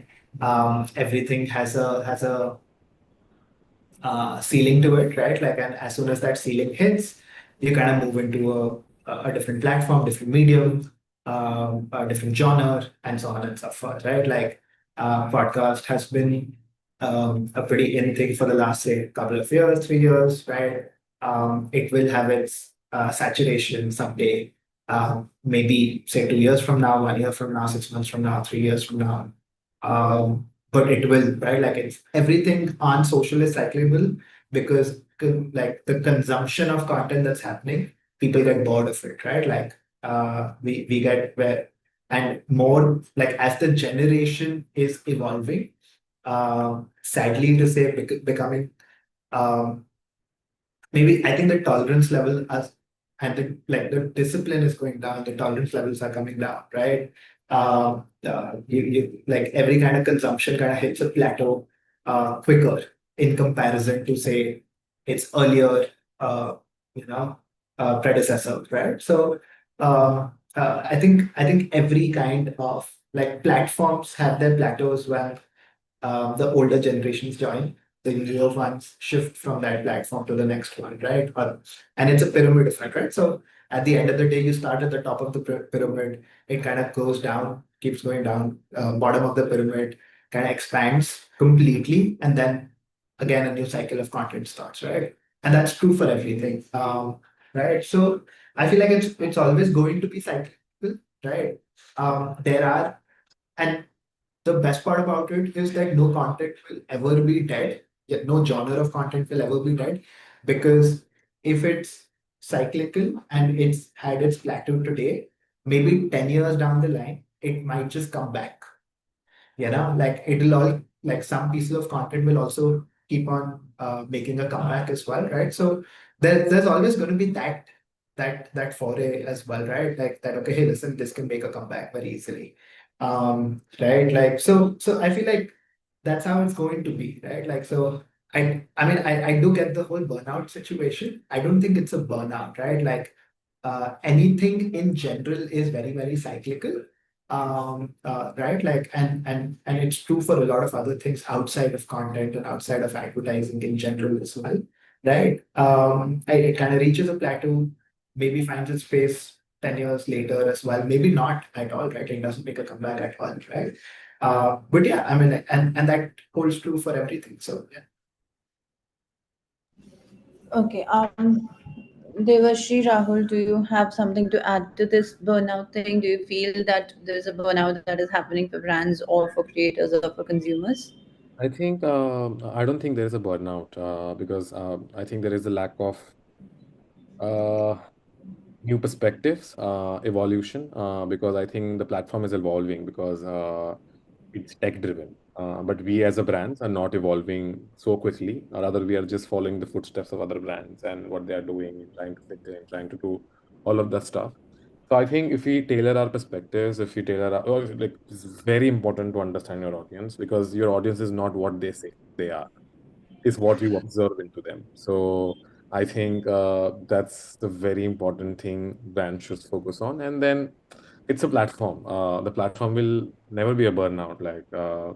Like, like good movies, bad movies, there will be a time, but it will not be a burnout. I think so. Okay. Devashri. Yeah, I don't really think there's a burnout. It's a toxic relationship that most of us are in from a consumer's point of view. We are in a toxic relationship. It's a thing that we can't do away with, and when we are engaging too much with, it is like, "Yaar, kitna ho gaya?" My thing is it's not that, and to what Rahul said, right? I think it's a very interesting point because I think in at least in today's time, I'm talking about today, maybe 2 years from now, things change how, and we don't know. We really don't know where things are moving, frankly speaking, as marketers. Um, it is about how irreverent you can be online. How can you bury the boring? If you bury the boring, you'll stand out. You'll enjoy. You'll have a good time. As consumers, as brands, as whatever, you'll have a good time. And that is my genuine take on social media, whether too much has happened, less has happened, whatever. We are in a toxic relationship, we need to be irreverent, we need to take things lightly, and all will be well. Yeah. Okay. Thank you, all of you. Thank you, Pranav, Rahul, Devashri, Ramya. I think the conversation was that feed is broken, but we have established that it isn't. I think uh, the entire conversations that are going to follow are maybe contradictory to this, or to build on this, but I hope then the day goes great with great conversations. I would request you all. I have a couple of questions here, but I think we have already over the time allotted time to us. But I would request you all. There are a couple of questions in the chat, and if you can revert to them, that would be great. Thank you so much. Uh, Over to you, Sneha. Thank you to our panelists. That was a very meaningful conversation, and thank you, Mrinal, for driving it. Moving ahead, behind every piece of content that goes live, there's always a person who's running on deadlines, notifications, and the quiet pressure to always stay relevant. The truth is, creating content isn't just a creative job anymore, it's an emotional marathon. From obsessing over metrics to navigating constantly shifting platforms, the mental toll is real. Burnout isn't just a buzzword anymore, it's a reality. This next session, the mental and emotional cost of content, dives into the emotional labor behind the scroll and why we need more sustainable practices across the board. Leading this much needed dialogue is Anusha G.S. Shetty, creative head at Yuva, someone who's championing honesty, empathy, and purpose led storytelling on and off the feed. Please join me in welcoming Anusha.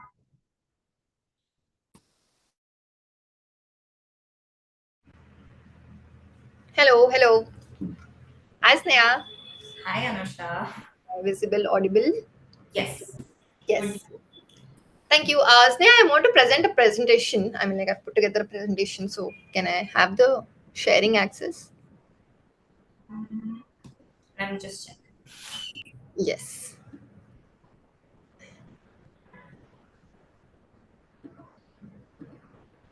Okay, I think we can.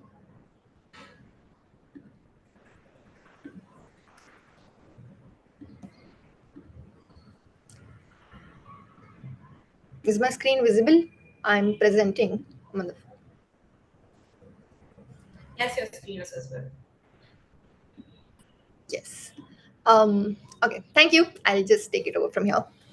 Hello, everyone. Thank you so much for joining this session. I'm very excited to take this forward because also this is a topic very close to my heart, something that I have dealt with and something that I am still dealing with. But right now, I've gotten better practices. I've built systems that work really well for me. And today, I'm here to present you with practices that are tried and tested by me and kind of works for me as to lead something like you are. So let's begin. I hope you all guys can see my screen because I think I have to be present on this screen. So burnout is not a kiare, which is a very important thing to understand. The only reason being that when I started my career, I started with agency life, right? And the burnout was so normalized that you're young, you have too much, you have too many things to do, you have a life ahead, you cannot be burnt out at this stage. I think we did not have the vocabulary back then. Still, I was experiencing something that I knew that I was not.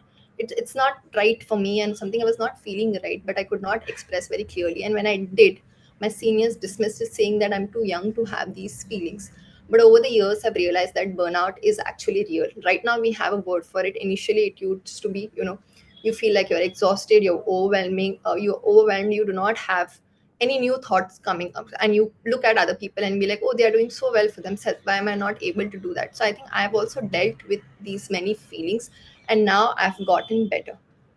So moving ahead, this is again something that's still part of my job, and I still feel that this is very much me. At the beginning of the week, I'm like all fresh. I'm like, yes, let's go, let's kill it. But by the end of the week, after I've posted 6 pieces of content and with zero boundaries, I am like this maniac. But I've also realized that yes, now I start on a good note, but right now by the end of the week also I managed to have the same kind of energy, not at that peak, but I am not feeling exhausted, or I'm not feeling like, oh, I have to quit my job. But I'm sure that a lot of people here, you resonate with this feeling, and you know that there is no space or no boundaries between your personal and professional life. Everything seems like it's just one life. Your weekends are not your weekends because sometimes you're attending something that has gone viral because you have to jump to the trend.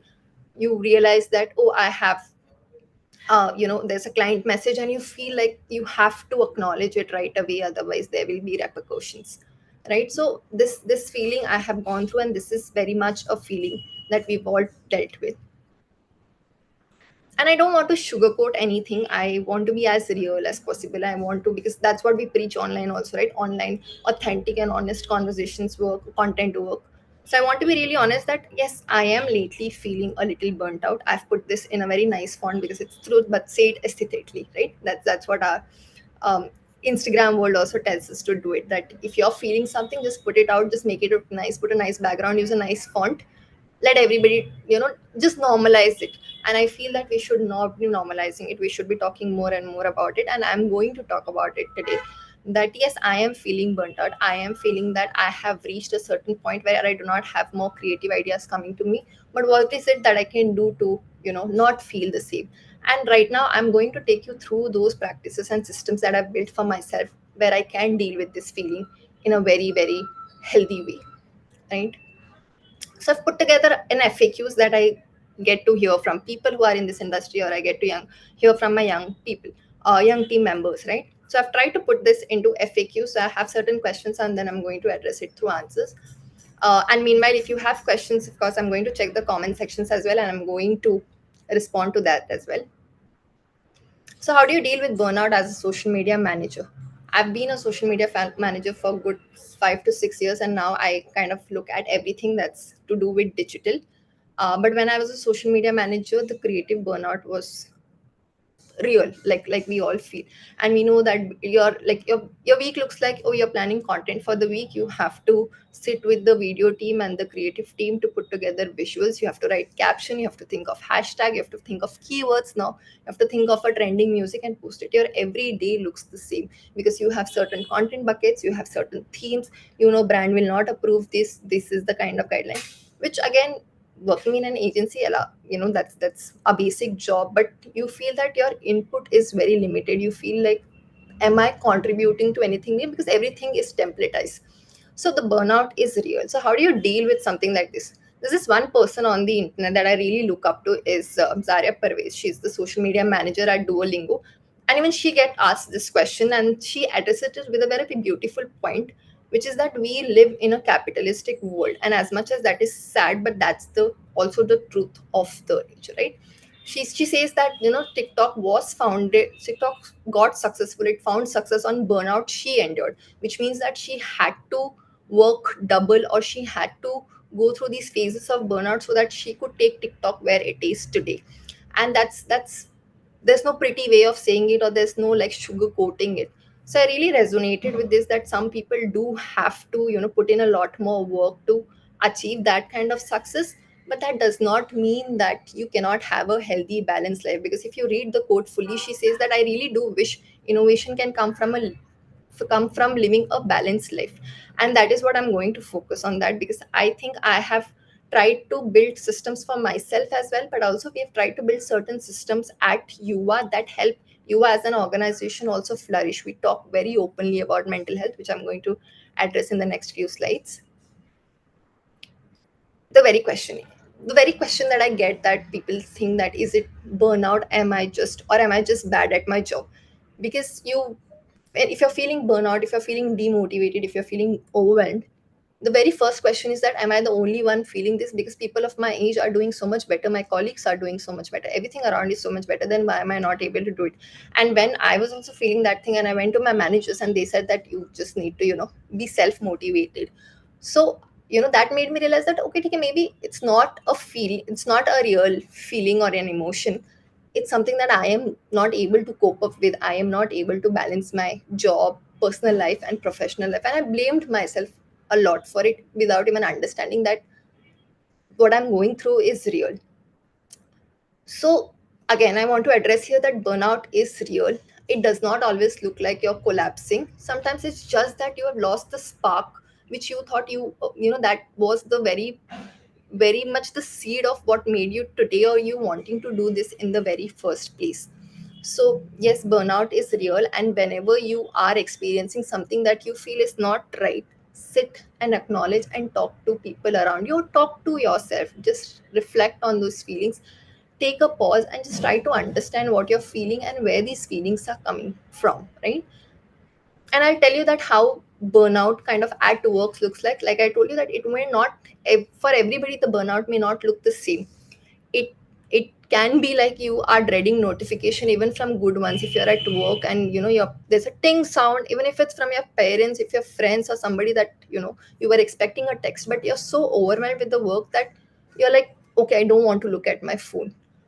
There's this other feeling which is like no apathy or no feeling for bad news. And I feel, and I say this with a lot of responsibility, but I also feel that this is such a sad state of our jobs, that if there is a war, if there is an accident, or if something that's very brutal that has happened out there, the very first thing is that, oh, how do we cover it on social media, especially for an organization, media organization like you are, where we try to cover important issues so that we bring them to forefront. uh, it's just that it's very difficult sometimes to separate that, okay, am I being sensitive enough, or do I have to put this, do I have to chase this? The line is so blurred that when you like, after like, I mean, like, seeing those news for 2 or 3 days more, you feel like numb towards that news. People dying, children being killed, you have no feelings for that, and then you suddenly start feeling that, am I really an human at the end, right? You start questioning yourself a lot. um This is one of the biggest signs of burnout, I would say, that feeling guilty for taking breaks. Even if you take a break of 2 minutes or 5 minutes, you feel that, oh shit, I cannot waste my time, I cannot be doing this anymore, I have work. Even weekends, you try to sit and you try to finish your work. You'll be like, okay, I cannot wait till Monday, let me just finish this, it will make my job easier.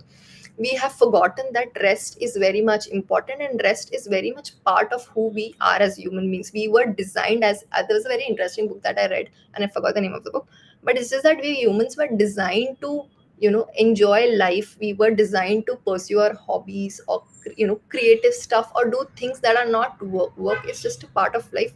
It's a very cliche thingy, but it has become, especially people in the social media, it has become like everything our job. Even when we see something like happening outside, instead of enjoying that moment, we just take out our phone and we start capturing. We'll be like, oh, I'm going to put this out on my personal account. Because now, not just like, everybody is becoming a creator, everybody wants to just put themselves out. They'll be like, okay, what can I make that can go viral? There are, I think, very few people who kind of understands the difference, that what I'm capturing right now is I am feeling versus what I'm doing for the algorithm. You start serving for the Instagram. You'll be like, oh, okay, I can put this, it will get me like this many likes, this many numbers. I have to use this music. Oh, there is a trend that going on. Can I do it? Which is good, as long as you're doing this for the fulfillment. You're doing this because you want to do it and not because you're forced to do. And you will not realize these are all your unconscious biases that come like, okay, if this person has done it, I can also do it. And I have also done this. I am also a victim of the same thing, and I've started now separating things. I have started doing things very mindfully, where I know that this is this serving me right now, or is this going to serve me long term? And I'm telling you, I'm hoping that a lot of people here are very young. I turned 30 this year, so it's not very easy. It has taken me 7 to 8 years to come to this, to this understanding, to this kind of awareness that you know we have time to do things. We can take breaks, we can pause, reflect, I can take time off. And this also I say with a lot of privilege, because right now I am at a senior position at UR, right? So nobody's going to question me if I take 10 minutes off from my work, right? But I know for younger people, it's not easy. You are being micromanaged, and I know that you have to account for every minute that you spend in the organization, and I know how toxic it can get. But it gets easy. It's just that, like I mentioned, and I keep saying this, that there are ways in which you can do it, and I'll move towards that. The very very first point that I want to address here, that is burnout systemic. If you guys can raise your hands, then let me know that yes, you think that burnout is systemic and it's just not an individual's fault, if you agree to this point.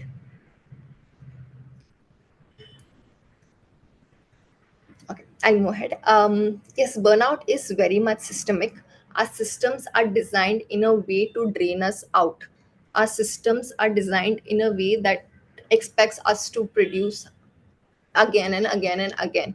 It's our systems do not allow us to take breaks or even consider break as a thing that you can do, right? We have to plan our leaves so much in advance so that the work does not get disrupted. We have to, even if we are taking a sick leave, we have this habit that, hey, I'm taking a leave because I'm not feeling well.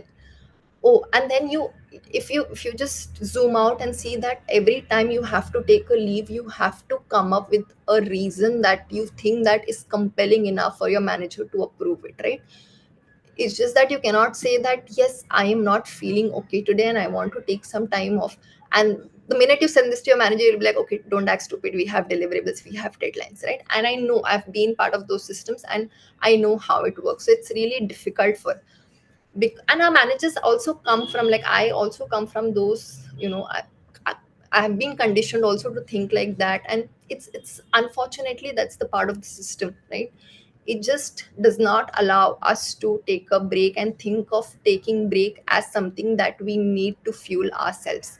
Most of us are here in the creative field, right? And we know that people say that creativity thrives in chaos, and I strongly disagree. I'm also a chaotic person, but I really believe that with proper systems, with sort of processes, with time given to individuals, the sometimes the best ideas, most of the ideas come when you have time in your hand, right? You're not a machine that's churning out again ideas and again and again. And right now I see that unfortunately the time we have is too little, so we go to AI and we ask AI to generate ideas, which I feel that it's a good tool to use to brainstorm. But at the same time, I think if we are copy pasting everything from the AI, we've forgotten how to think and we've forgotten how to just use our brain. Even like to research something online, if you have to find a data, initially we used to go to the internet, we used to spend time on Google, and we used to, at least that would, that would be 1 2 3 layers of exercises our brains would do to find certain information. Now AI has made that easy.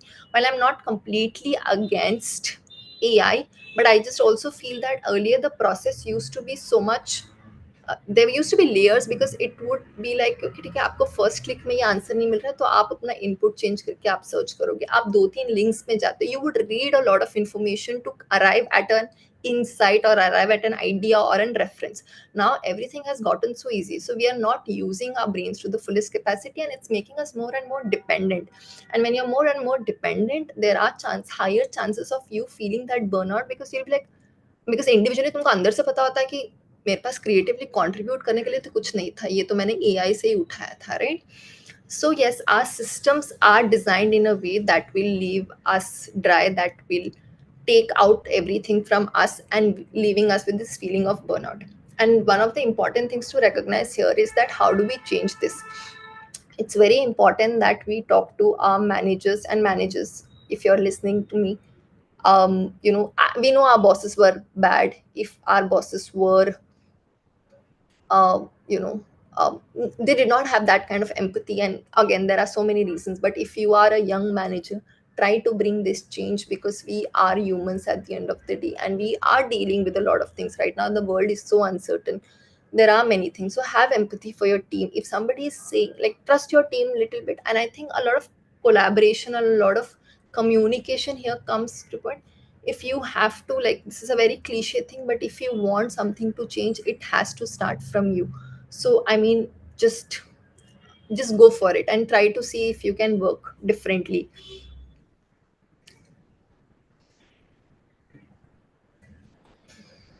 Like I mentioned, that the system is built to squeeze you dry.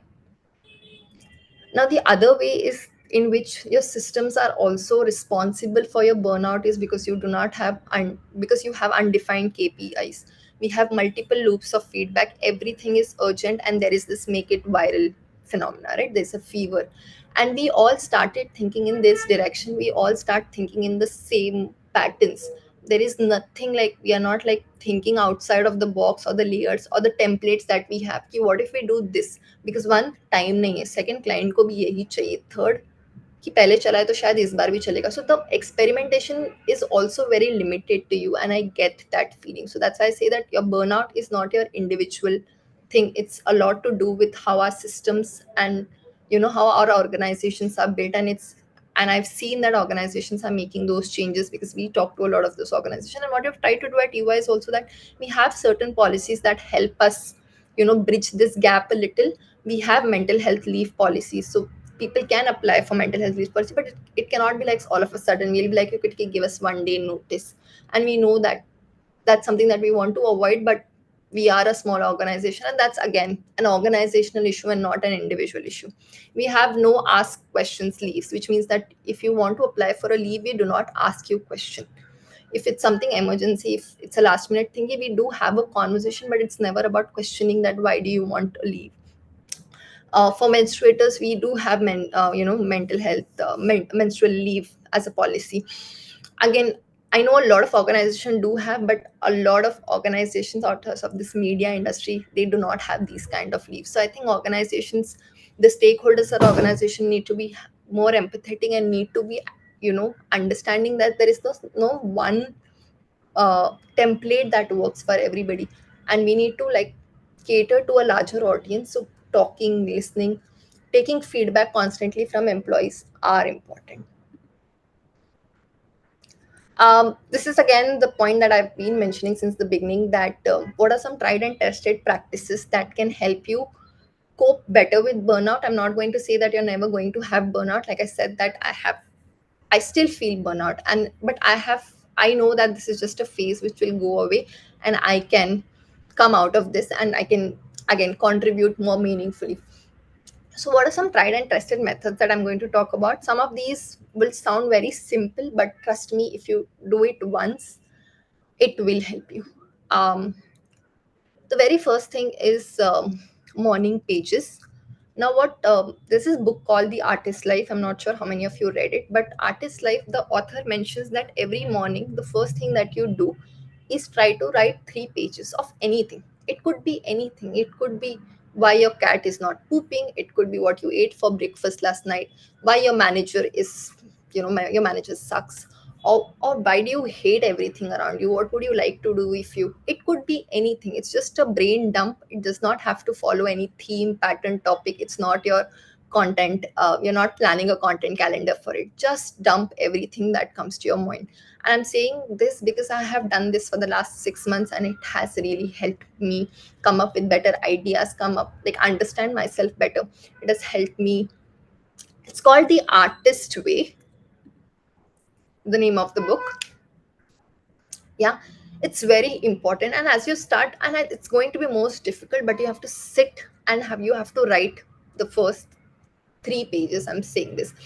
And do not use your phone, do not write it on your laptop. Use pen and paper to write it, because this is also a habit that we have forgotten in the world of digital.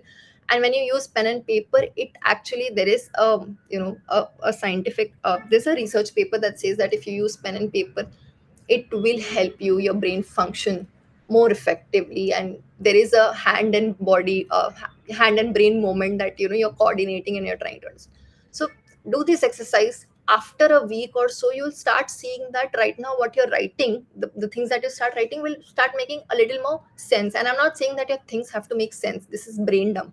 So just dump everything. But after few weeks or months, you will see that you're writing something that's very different.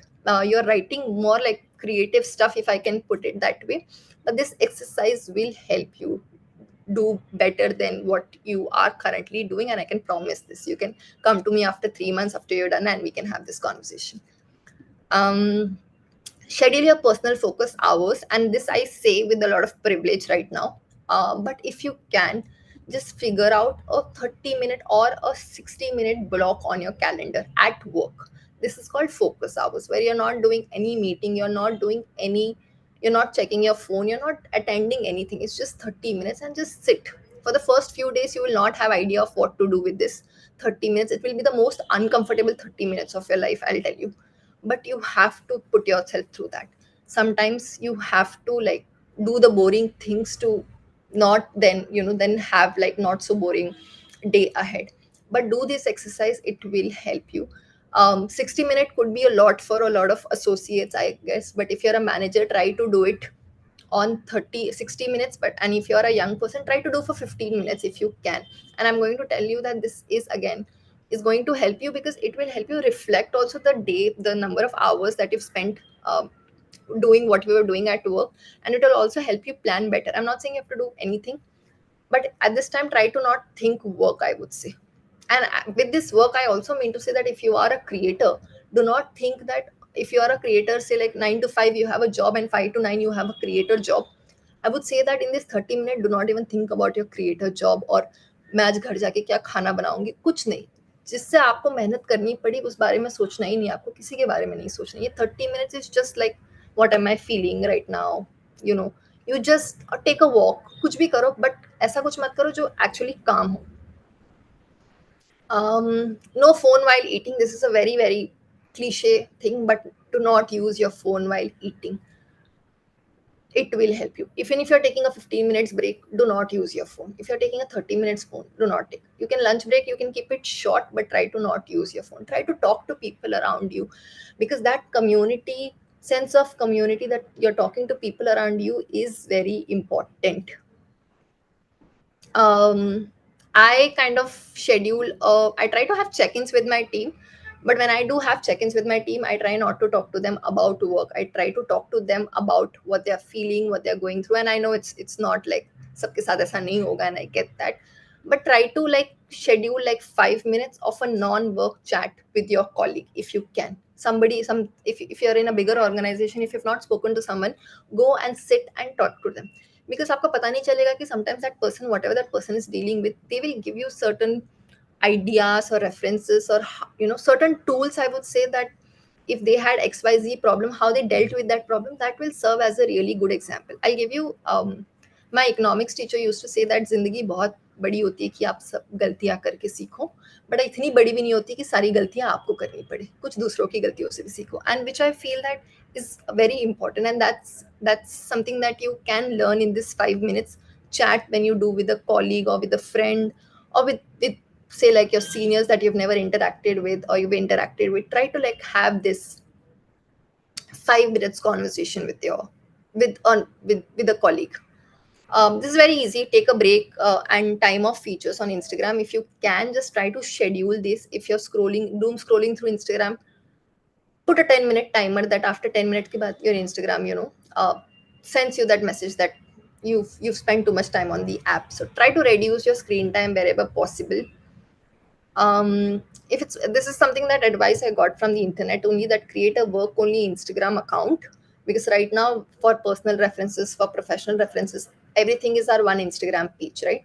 So if it's possible, create one more Instagram page where you're just trying to follow people that is related to your work, so that there is some sense of boundary between your personal and professional life. And I know it's not going to be that easy, but it has helped me, so maybe give it a try.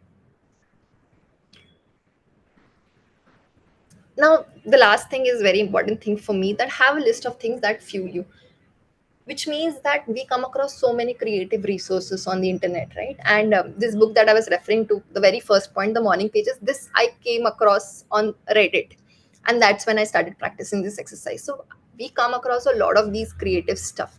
Try to put them, save them at some paste, copy paste kar lo. And abhi to bahut easy bhi ho gaya. You copy paste those link and then you put it in chat GPT, and then you'll be like, chat GPT, can you just filter this, format this, and give me in these categories. So I have a Notion doc where I put videos to watch, songs to listen to, people to read about, books to read about, quotes to read about, poems to refer to, foods to eat, places to eat, articles to read. I have like this list. It has taken me like a lot of time to curate this, but now it has become a process that I send something that I really like to my personal account on Instagram.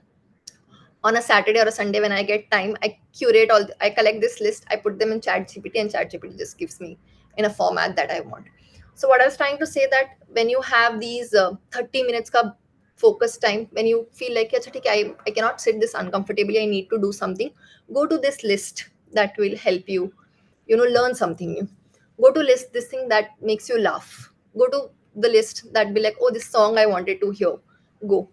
try to spend your time doing this then. So at least you're fueling yourself. You're not doing typically work, but at least you're fueling yourself, and these practices will help you, break out of your burnout and out of your creative block as well. What do I tell myself on hard days? And like I said, that I'm not going to sugarcoat it. The days are hard, they will be harder, and sometimes you'll think यार मेरे साथ ही ऐसा क्यों हो रहा है, and how do I get out of this? I'm just thinking there's no easy answers to this. You will have to deal with all of these feelings, but with certain things in place. Like I said, you that when you have the list of things to fuel you, you can also have that videos that motivate me, or people that motivate me, things that motivate you. So when you have these things, it's very easy when you're feeling not up to the mark, or you're not feeling demotivated, to go back to this list and fuel yourself, right? uh, so what do I tell myself on hard days is that I go back to this list and I see and I look at this and I'll be like, okay, okay, I have to do this. The three important reminders I keep reminding myself is burnout is a human response to an inhuman piece. Like I told you, that burnout is not an individual's fault. It's our system, our world is designed in a way that's constantly, and we live in a capitalistic world, so it's constantly made to, deal with, constantly made to make us realize that okay, we are failing, we are missing out on things, we need to do more, we need to be more successful, more. You earn certain milestone and be like कि, अच्छा ठीक है आपको चाहिए थी double digit में salary, you've gotten that. Instead of enjoying that, you will be like, oh, now I need, like, double of this, because it's not enough. You wanted to buy a car, you bought a car, you'll be like, oh, I wanted a bigger car. You never take time to reflect on the milestones that you've already marked, and you've not taken time to acknowledge or be thankful to yourself, or just give a pat on yourself ki, I have come out, I've come a long way, I have a long way, but let me right now just process. So it's very important to sometimes acknowledge, very important to acknowledge that you are doing great. There is always room for improvement, and you'll keep doing that, but until you pause and reflect on these things, it's not going to, you are constantly feel that you're not enough. And I'm telling you that internet will keep telling you that you are not enough, and don't believe into that. You can't go viral if you are in a survival mode. Like I told you, that you have to rest, you have to think that it's not a permanent thing. It's going to, you are going to come out of this loop, but for that you need to constantly keep talking to yourself and keep yourself pushing out of that loop. um if I can leave you with one video, I've given you one book recommendation. If I can leave you with one video, this is my favorite video to go back to when I feel I am not being creative enough, or I'm not like doing well, or I'm not like motivated. This is this one video by featuring Ethan Hawke. It's a TEDx video.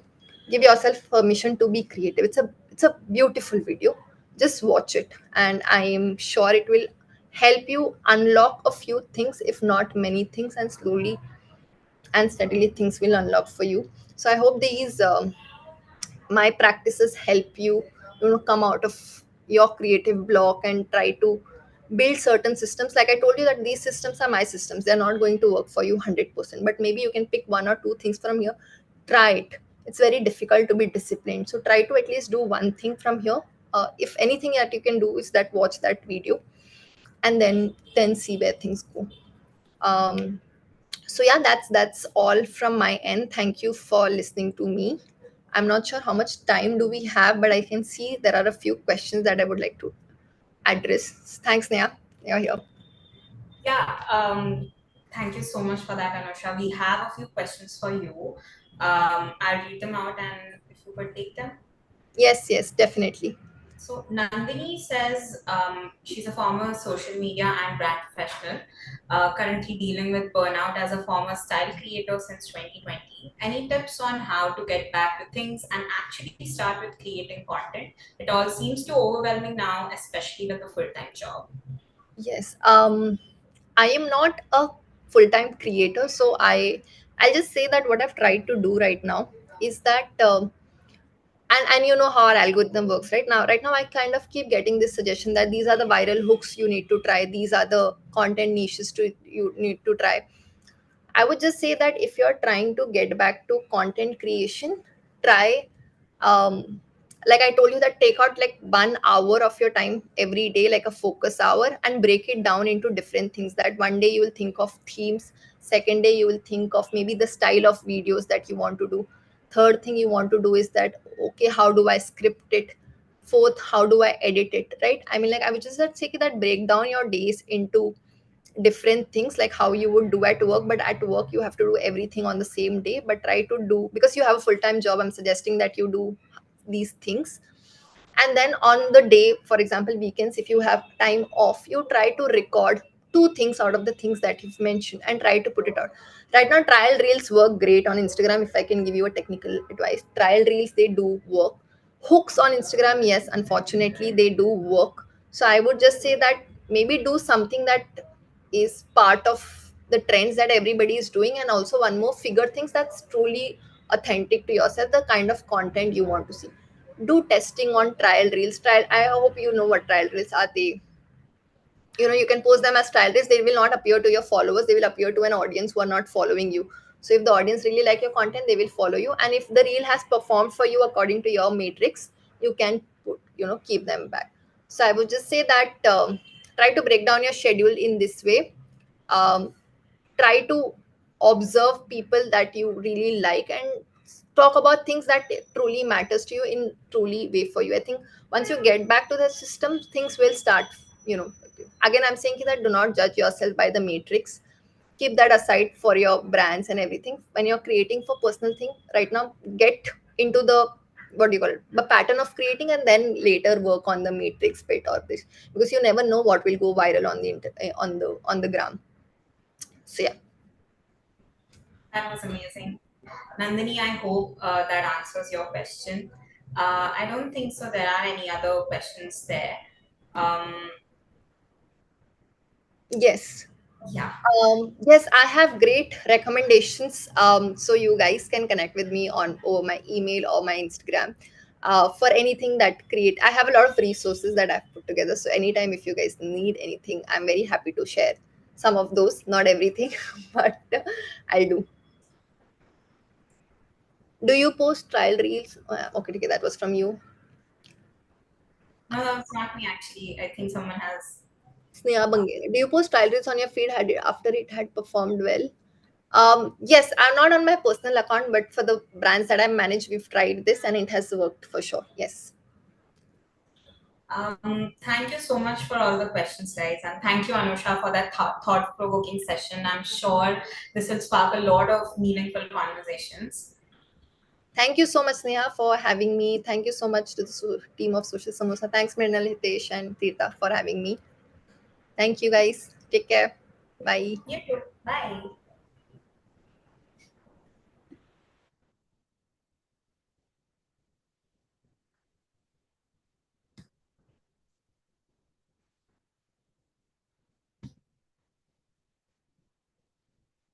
As we prep for the next session, for everyone who has joined us recently, we are also live on our social media channels. We are simulcasting it on LinkedIn, YouTube, Facebook, and X, and you can interact by tagging us or using hashtag SMLive. Moving on, we've all heard it. Just make great content. But what happens when that content, smart, witty, beautifully made, gets buried by poor distribution? Because let's face it, in today's digital world, even the best ideas need the right path to travel. Our next session, Good Content Dies in Bad Distribution, is a brutally honest workshop on just that. I would like to invite Hitesh Rajwani, CEO of Social Samosa Network, to moderate this panel. And driving this conversation today, we have Ansha Agarwal, Head of Content Marketing at Bold Care, Kishan P. from the founding team at Pepper, and Amisha Gulati, President, Pozo Creative. Thank you, Sneha, for introducing the session. Unfortunately, Kishan can't make it to the session due to an exigency, but I think we have Ansh and Amisha with us. Hi, Ansh, what's up? Hello, hi Atesh, how are you? I'm great. Hi Amisha. Hello everybody. Hi guys. Hi Hi, Hitesh. Hi Amisha. Ansh. Hi. So now it's like a triple threat conversation between us, and I was thinking I didn't get a chance to chat with you all prior, but if we could do this like a debate between distribution being underrated and distribution being overrated. But to set things in course, I think we've had a lot of unfiltered, real conversations that have happened on this forum today, where people have spoken about how the feed is not broken. It's about how we train the algorithm. Though I don't agree to a lot of that, I feel it is the algorithm that is essentially burning us out, and it's sort of demanding a lot from us as individuals. So to set the context for this session, I'm not saying that distribution is only about running ads on Meta and Google. I'm talking about distribution as a larger discipline, where I think a lot of our focus over the last 10 years or so has been around creating good content for the feeds, and the focus has been around content creation and not as much on distribution. While there are some brands or even agencies for that matter who've cracked the distribution game. So I want to understand from both of you, even like both from the brand and the agency perspective, as to how do brands and agencies see distribution as a discipline. So to start with, and let's start with all honestly, what is that one brutal reality about why great content still fails to find its audience on social media in 2025? Asking this because I think social media got us addicted to numbers, and it got us addicted to views, likes, shares, and then one fine day that the number of views, likes, shares started dropping, and today all of us are struggling to get that number. And then in this rat race, I think creativity is caught up between this chaos of algorithms and the pressure of performance. So we could start with you, Amisha. Why do you think great content still fails to find its audience? I think Hitesh, times have changed a lot, right? Like digital came up and then it's just taken over by storm. You can hear me, right? Yeah, I can hear you. Yeah, okay, perfect. So I think the number of brands around digital today with AI coming in, there is just so much clutter in the space. There is so much content that comes out on a daily basis. I think the statistics are some 2 billion posts are churned out probably in a day. So that's a lot, right? Um, of course, with so many people watching, it is bound to get lost. I think we're in that rat race, like you said, about just churning content and getting it out there. I do think that there is a need to pause to see strategically what is the kind of content we're creating, who are we creating it for, and that's how we'll be able to, actually target very specifically for the audience that we want to reach, and then reach that audience with certain strategies, whether it's with Meta, whether it's having targeted ads. But today's day and age, there needs to be a targeted approach even when it comes to distribution, and not just Meta, like you said, right? We can tie in with influencers. We can have a very good influencer strategy. We can do meme pages, collaboration, depending on the brand. There are lots of different avenues to create distribution, get that reach for that good content. It's really unfortunate. I've seen a lot of great storytelling that just dies because there's just nobody's thought through the end funnel of how that will reach the audience. Ansh, you have something to add to that? Yes. So I, on the very core, think distribution has been like a foundation of marketing in general, even before content came into the picture, right? Like हम पहले के बारे में बात कर लेते, like maybe like 50 years down the line, when there were conversations happening, there were distribution channels established, maybe in the form of newspapers, magazines, or whatever. It was just easier to reach the audience. Hence, there was less focus on content, right? But now with socials, with the internet coming in, with so much content being churned out, as Amisha pointed out, I think what has happened is content would get lost until and unless it does not find its audience. And in order to do that, you have to make sure your content is placed at the right distribution channels. Now, it can, of course, be advertising, just putting in money, targeting to your audience, and then running ads. But I believe the subtleness of, getting earned media right with churning out content, or just UGC or influencers or meme marketing or any other format of conversation or distribution that influences people to make a decision rather than just an ad, is also equally important, and which is why I think distribution पे focus करना बहुत जरूरी है content के साथ साथ. Hitesh, you wanted us to debate, but we're already on the same page. So there goes your.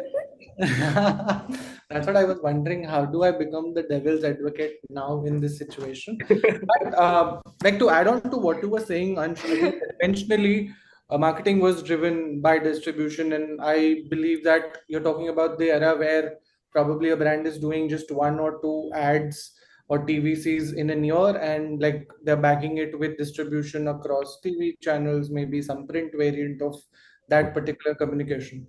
But social wants you to be always on, like it wants you to be active 24/7. And in that stead, do you think brands are still applying distribution as a strategic pillar in whatever they do, at least on social? Or is it just like a plug and play? Okay, we've made a DVC or a TVC and we'll do some media around it once the asset is out? Or like it's the like that distribution layer comes in the time when the creative is being made? I think it's very important to focus on distribution while you're also brainstorming the creative, so you know exactly what kind of content you need to create in order to appeal to the target audience you're creating it for. But I do think it sways between what could be considered as content that could go viral, or what is that piece of content that would just blow up on the internet, or also is this probably the right opportunity to distribute my content or my script? I'll give you like an instance. So we have this script at Bold Care, which we've been keeping in for a very long time. It's probably a year and we've not done anything around it. It was because one character that we thought of it with, he's just denied doing it for us, of course, with the restrictions that we have as a brand. But then we couldn't find the right distribution for that script with anyone else, and hence it's on just like a table. But we just recently found another character who might just appeal to the video, and we're just now pursuing it a year later and probably releasing it like in a month or two. But what that short shorts is कि जो हमने एक साल का effort लगाया या एक साल का टाइम उस स्क्रिप्ट को दिया, वो that will really come out in results, और it will perform on the social, it will perform on socials because we know we will appeal to the right target audience, right? And which I think again is key here for a good asset to perform, for a good content piece to perform. कुछ pieces ऐसे भी हो सकते हैं जो, or there could be some pieces which are just like substantially not sure ki why did that just work on the internet. Like I've seen so many simpler ads just do extremely well on socials, right? Or just blow up on Instagram. You can never guess why that happened, why it worked, but you can never alter your distribution strategy basis some XYZ trend happening on social media, right? You have to be very strong and steady on the kind of language you hold and the kind of audience you're tapping in. What I've seen is a lot of brands sway in here and there, like they try to capture different modes of distribution. Like we look like even we did that at once, like with advertising, trying to get into meme marketing, influencer marketing, running ads all together at once. But what did not work for us is putting all of our eggs in different baskets. When we started focusing on doing one thing right, I think that is when it started blowing up for Bold Care. Interesting. And I think that choice of creator or influencer that you had, the ad that blew up on the internet and got picked up almost everywhere, was the differentiator, I believe. Like the Correct. creator became the idea itself and the campaign flow. Amisha, you were talking about how like distribution has been evolving as a discipline, where you mentioned about creators, about meme pages or community pages as well as a medium. How do brands see these avenues at this point in time? And do you think it's like a part of classic media play, or distribution is like a separate division in itself in agencies, or it should be a separate division in itself even on the brand side of things? So there was two parts to the question. The first one is, whether the brands even understand that they're supposed to do distribution. And like, I feel like even today, a lot of the brands are focusing on asset creation primarily. And some of them do say, okay, if I do wanted to reach a certain audience, if that's my metric, then I'll run a media campaign to do that. I would say even today, we have to educate as agencies. We do have to spend a little time in educating the clients why it's important to have a 360 campaign. As creative agencies and advertisers, when we think of a campaign, of an idea, we tend to think more holistic anyway. We tend to think that, for example, if I'm coming up with a film idea, how can it reach more people? How can I have the right people on board, whether it's the influencer or the celebrity who will really do justice and be authentic to the brand? So you are anyway thinking of multiple touch points, especially like PR. PR plays a really big part because you're thinking of the campaign, but you do want it to have that kind of impact for the clients, right? In terms of ROI. So we anyway suggest a 360 campaign, with multiple touch points that is true to the campaign, meets the objective, reaches the audience, all of that for the clients.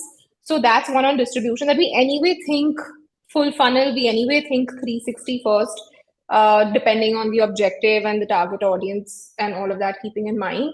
But when it comes to the distribution, I would say I've actually seen various different models, like where agencies come with their full integrated setup saying, I can do influencer for you, I can do meme, I can do this, everything inbuilt within the same agency. Or some say, no, my core is just creative work. You can reach out to these different vendors, or we can put you in touch with different people who specialize for media, etc. Because that's not our niche.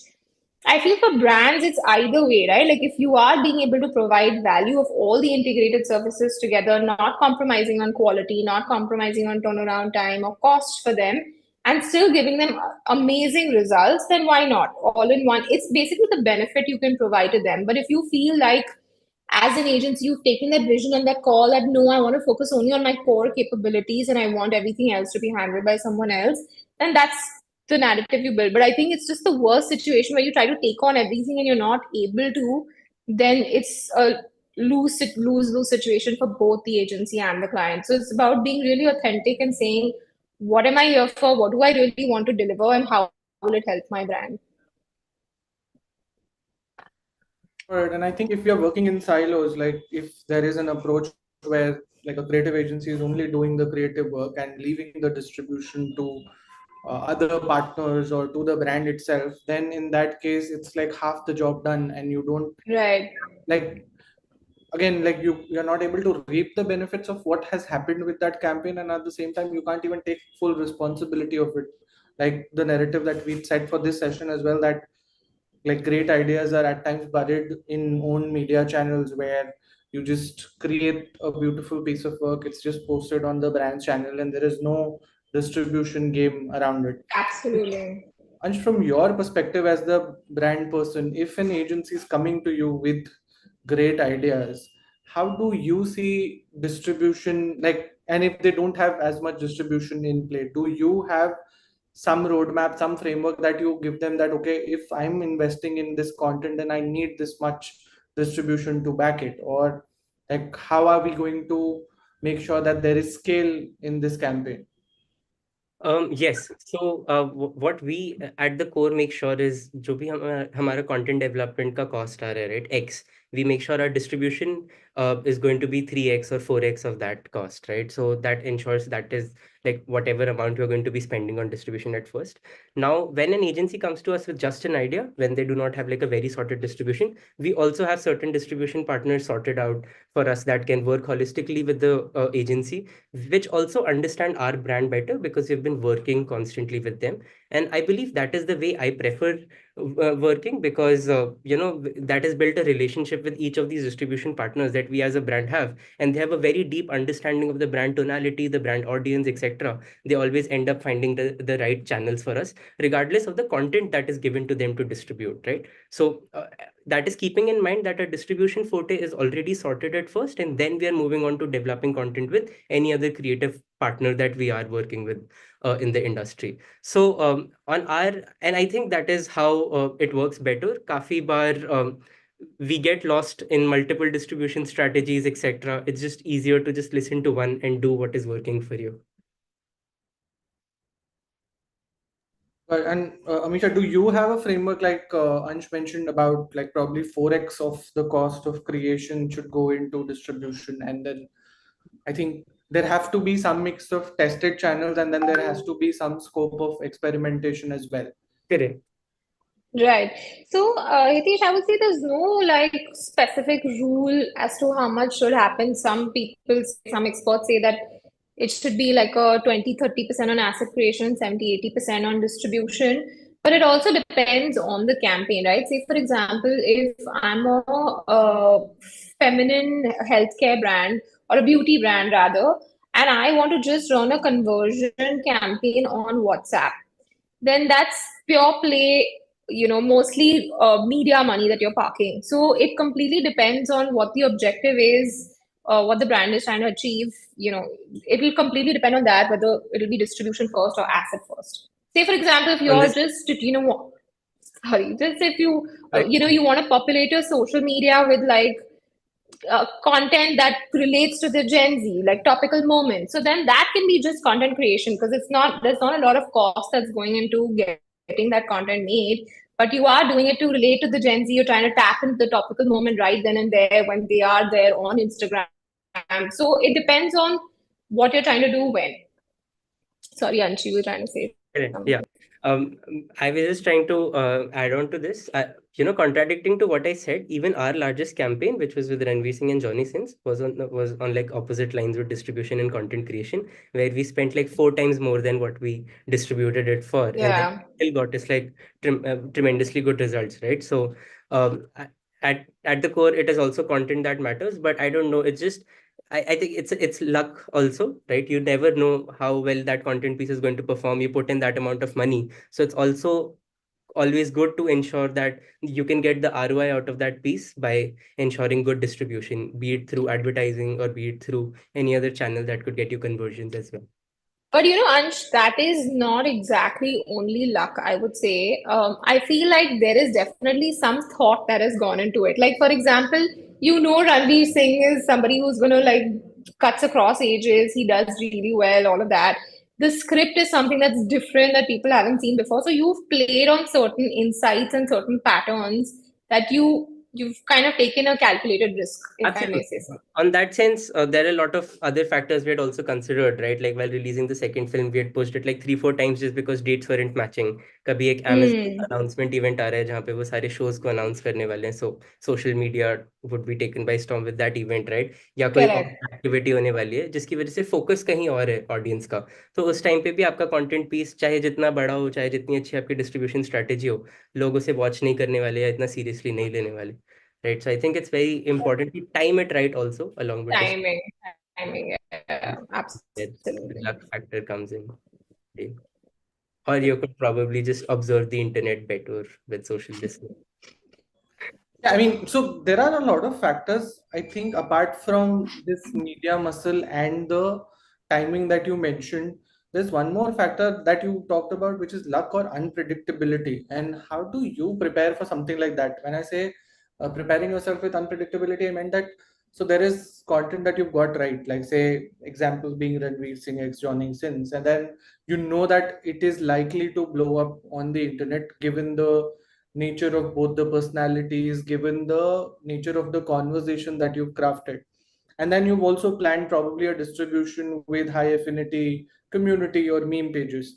But even then, like there is a chance that the platform surprises you, that the content bombs, like it doesn't perform. And even when you see that and you feel that okay, probably I put in some media muscle to push it around, but even then it doesn't flow. So what do you do in that case? I mean, how do you prepare for the worst of all cases in terms of this kind of content? Because you've got the creation right, you've got like a good distribution strat to marry that creation, and it still doesn't perform. What is it that you would do in that case?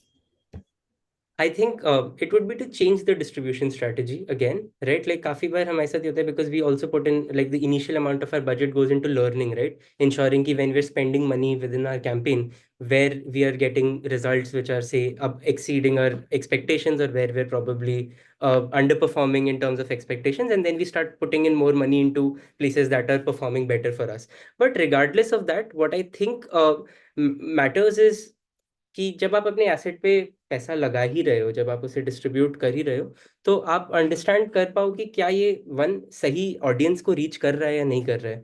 हो सकता है कि आपने बहुत सारा पैसा लगा दिया, वो अलग डिस्ट्रीब्यूशन चैनल्स में मीम पेजेस पे प्ले होते जा रहे हैं वो asset, but it is actually meant to cater to a lot more premium audience, right? Where it should have probably be distributed slightly differently, and that is where it works. We have a campaign we did which was something similar like a giveaway campaign जो हम लोगों ने किया था basic सा. So we tried doing it on Instagram first. It did not work. But then we changed the distribution platform totally. We went to X. We started working with creators there, and then we just did like a small credit card leak. It costed us close to zero in order to execute the whole campaign. And that got us what I think 20-30 million in impressions in total with a lot of media coverage, etc. Like hardly any money put in. It was just probably to reach the right audience at the right time. And I think that has happened with a lot more instances as well. Like, all of these great marketing pages on Instagram, they've picked up old ads from, like probably 2010, 2014, जब शायद किसी ने देखा ही नहीं होगा, जब वो relevant audience तक पहुंचा ही नहीं होगा. बट अब वो उस रेलेवेंट ऑडियंस तक पहुंच रहा है, अब उसे वो सही यू नो क्या कहते हैं अप्रेजल मिल रहा है या जो भी मिल रहा है. I think that is what is lacking, right? It was not able to reach the right audience then. But probably if you shift your strategy, which is why what we make sure is whenever we have a campaign budget, we only spend 20% of it in the beginning and make sure we get all learning from it to कि कहाँ पे वो perform कर रहा है बहुत अच्छा, and then start fueling in more money, getting in more conversational narratives in that distribution platform itself. Like if a meme campaign is performing well for us, we would then go ahead and create multiple narratives of memes, right? Like कि ये अलग trends हैं जिसके ऊपर memes बन सकते हैं, ये अलग creators हैं meme worthy जिनके साथ हम काम कर सकते हैं, etc. And just extend this narrative. Say ads are performing better for us, then we get multiple ad assets made with different hooks, different CTAs to test what is then working better for us. Are they redirecting better to a website? Are they redirecting better to a sale banner? Are they redirecting better to a quick commerce order or whatever, right? So I think testing is very important. Then you're sure कि आप जो पैसा लगा रहे हो उससे आपको ROI मिलेगा. Because at the end of the day, you're marketing your brand or your product to sell it or to get money back, not really just to create a branding play or name for yourself in the market. Yeah, just adding to what Ansh is saying on terms of data, right? Like today, you can tell where the drop off in the ad is. You can literally do a heat map and see, ki, acha, my audience is hooked to these minutes, but here's where they're not engaged and they're not, paying attention. So we can also make lots of different cuts, right? Like you can change the storytelling and the content itself to adapt and suit, like he's saying, and then A/B test that and then spend accordingly. So there is data tech really helps us to tweak our strategies and navigate and do things differently to gain a lot of responses from the audience live on what's working and not working, and then kind of we have to adapt fast. We're in that age where we have to be really agile and we have to adapt to changing times and strategies. Correct. And for brands especially, right? I think also adapting social listening and social intelligence into their marketing plan is very important, because I think ये जो insights आपको मिलती हैं, right? While you're say at running a big campaign, or essentially just what your audience is talking about your brand, because I think great campaigns come from consumer insights, right? Like what your consumer is thinking about your brand or product. So listening to your audience is very important. It was expensive earlier, right?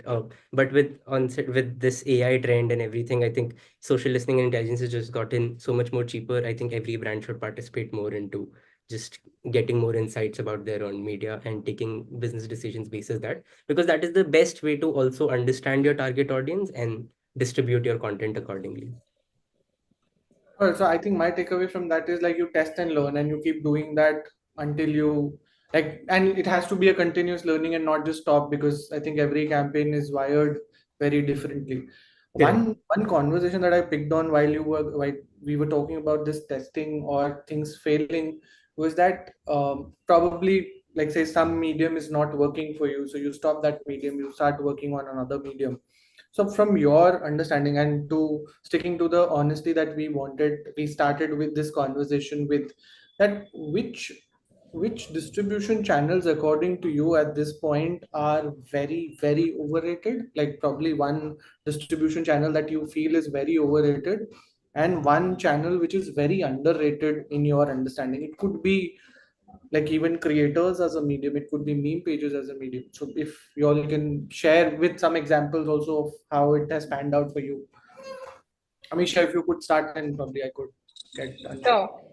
So overrated, I don't want to mention any because I think actually all of them have very different objectives. Like I think a YouTube serves so beautifully and differently from an Instagram. Say, for example, YouTube gives you that liberty to do a long form content. and Instagram is snackable, short, everyday content, more visual first. YouTube is more storytelling and all of that. I think one underrated one I would say is WhatsApp. It's a huge, I feel untapped in many ways. We're literally on WhatsApp all the time, right? All of us are hooked onto our WhatsApp, and there are so many communities, and there's a lot of engagement that can happen through WhatsApp as a channel. There can be conversion, like I mentioned before, that can happen through WhatsApp. I think brands can tap into a lot more of that. But I would say every platform, whether be it even Mod, Share Chat, we have so many platforms today, and all of them have various different objectives, and brands are leveraging and seeing a lot of results. So I wouldn't say anyone would be overrated as of now.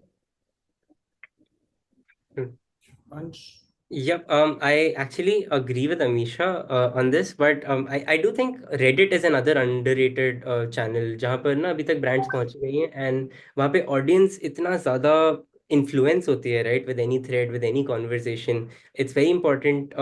Plus, you get to understand your audience or your consumers to the core, because you're able to communicate with them. They're a part of your community. They're constantly giving you feedback. There's just so much more learning. Plus, I think trends happen at Reddit before they come onto any other social media platform like Instagram, Twitter, or uh, YouTube, whatever. So it's just good learning medium for a brand as well, to know what the conversation is going around at a specific time, and then create content or distribution according, or strategize distribution accordingly. I do have a question though. WhatsApp, right? I'm just trying to debate that. I personally think कि मैं WhatsApp ज़्यादा इसलिए use करता हूँ अभी तक, because I'm not bombarded with a lot of ads there, right? But if I start getting bombarded with those ads, do you think that might just become like another commercial medium? People might just start shifting somewhere else, because nobody wants to see ads on like their most personal space. At least that is how I treat my WhatsApp. But So the good thing there is, Ansha, is privacy, right? Like people have to request, and you have to join into a WhatsApp community in order to do it. So you can choose to be bombarded or not. Like, say for example, I know Netflix does some phenomenal work with their WhatsApp communication as well. So you won't be bombarded just right then and there. Like you will have to join into a community and be part of it and want that information. For sure. Yeah, I think so. And your personal space is still your personal space on WhatsApp. There's ads on status and like that updates tab which has status in channels. I feel like it is an underrated medium at this point, because WhatsApp has built an entire ecosystem with your business accounts, with I think payments integrated in it. I think they have a bunch of offerings which can help brands engage with consumers in that one-to-one window. So like Amisha said, that you sign up for it as a medium, obviously. But yeah, if you start seeing ads in your chat with, say, you like with me or Amisha, that is when probably that shift in user behavior might happen. Or else people will stick around. They won't go to status as a medium or updates as a medium. They'll stick around. They'll continue doing chats the way they used to earlier.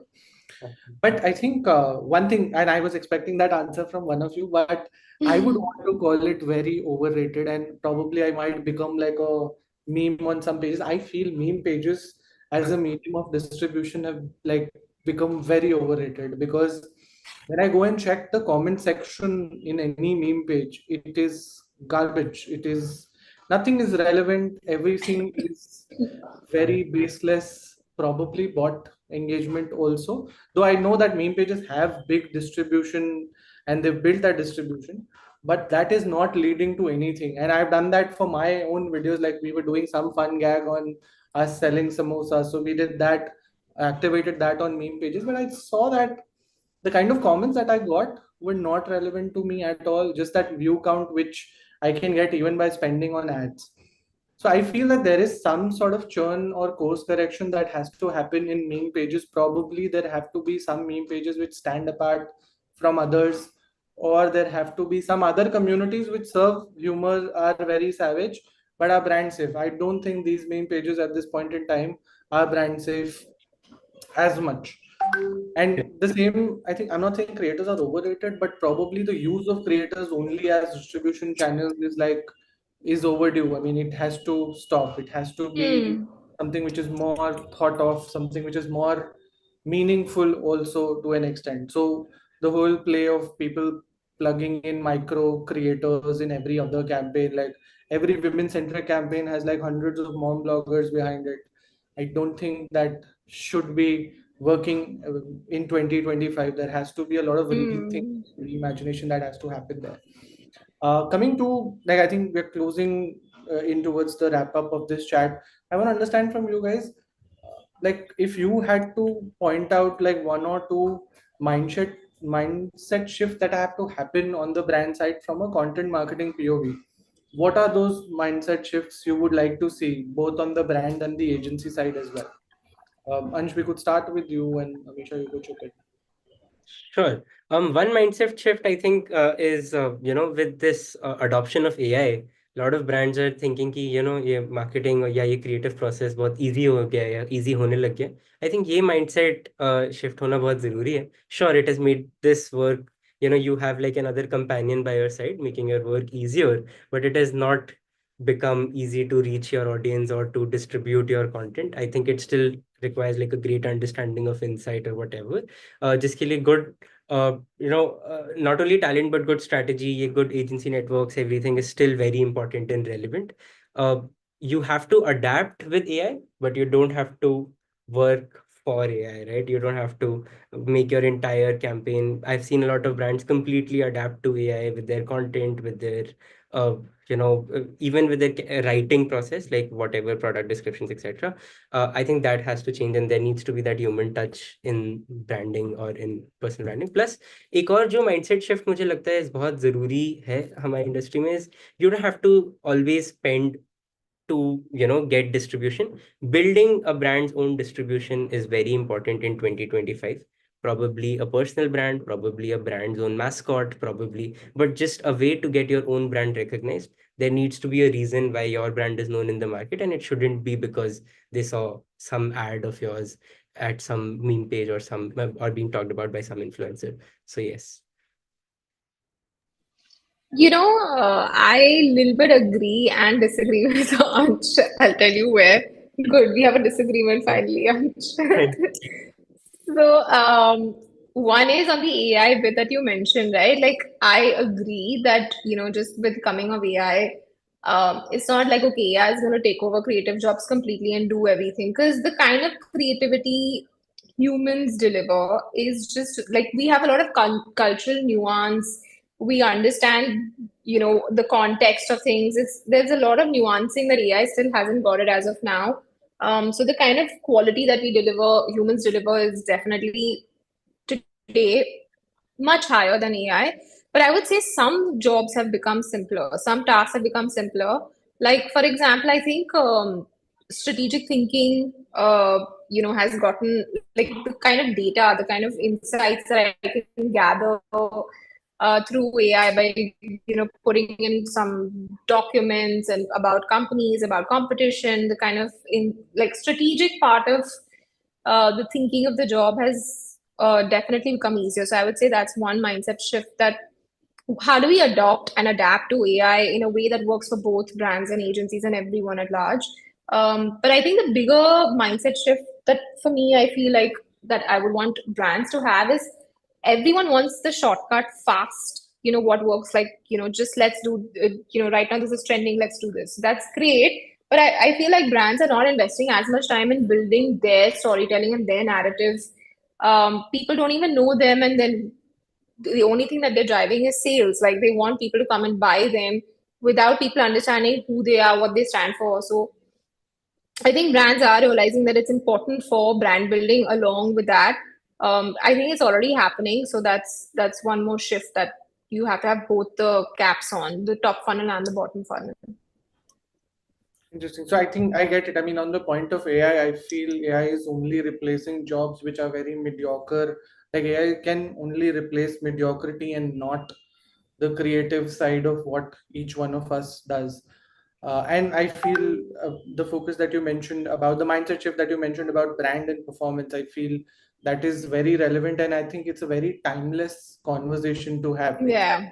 This would never change. It's like one of those sacrosanct things that would never change within advertising and marketing. So thank you, Ansh and Amisha. And one more thing I wanted to talk about while we were talking about this, And when you guys were talking about this mindset shift, do you also feel that brand, like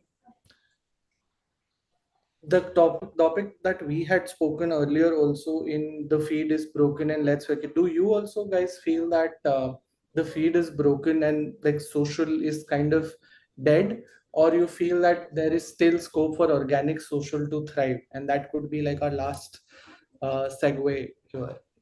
I personally think the feed is more alive than ever. I think it's the time to build a brand with the least amount of effort. What you have to do is one thing, and you have to keep doing it right. इस चक्कर में इतने brands बन रहे, इतने personal brands बन रहे हैं और whatnot. There's no limit on content quality. There's no limit on content quantity. It's just do one thing and do it right. Just keep doing it, build a brand around it, build a narrative around it on all socials, on platforms. And I think that is working well for, I think, everyone who's doing it, right? At least that's my thought on it.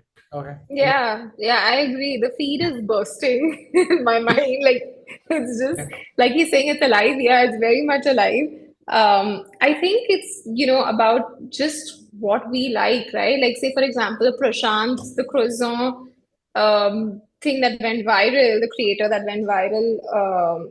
It's just someone tapping into something and then people relating to it and then it just engages, right? Like Yeah. it's just what people are liking. I think content always has been what really touches the audience. How well you can understand them, how well relatable that piece of content is. So if you just get that right, you get it. But yeah, the Trends feed can is definitely bursting, change. I feel. Yeah, trends can definitely Sorry? change. I think the trends can definitely change, but Yeah, nahi ki correct. the feed is always going to stay intact. Correct. The show must go on. Yeah. Thank you, Ansh. Thank you, Amisha, for sparing out time for this. I had a good time having this chat. I think the comment section is also like full of questions. I can't take these, but probably if you have some time, you could just hang around and reply to. Sure. Sure. Thank you. Absolutely. Thank you. Great.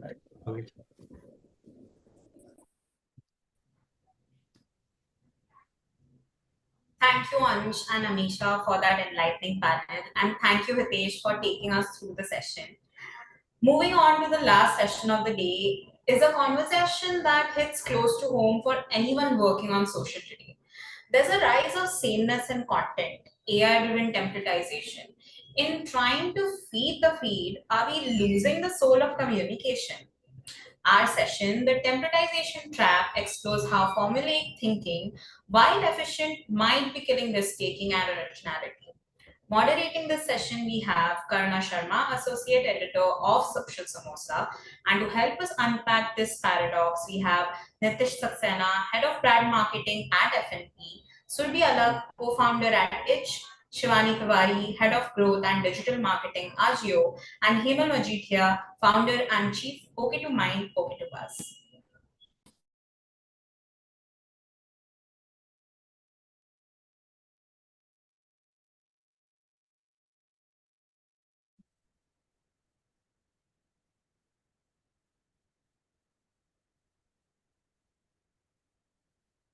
Hi, Karuna. Thank you so much for having all of us here today. Hi, We've been hi, waiting. I was Nitish. continuously looking at my watch and I was pinging the team. हमारी हमारी बारी कब आएगी? अपना time कब आएगा?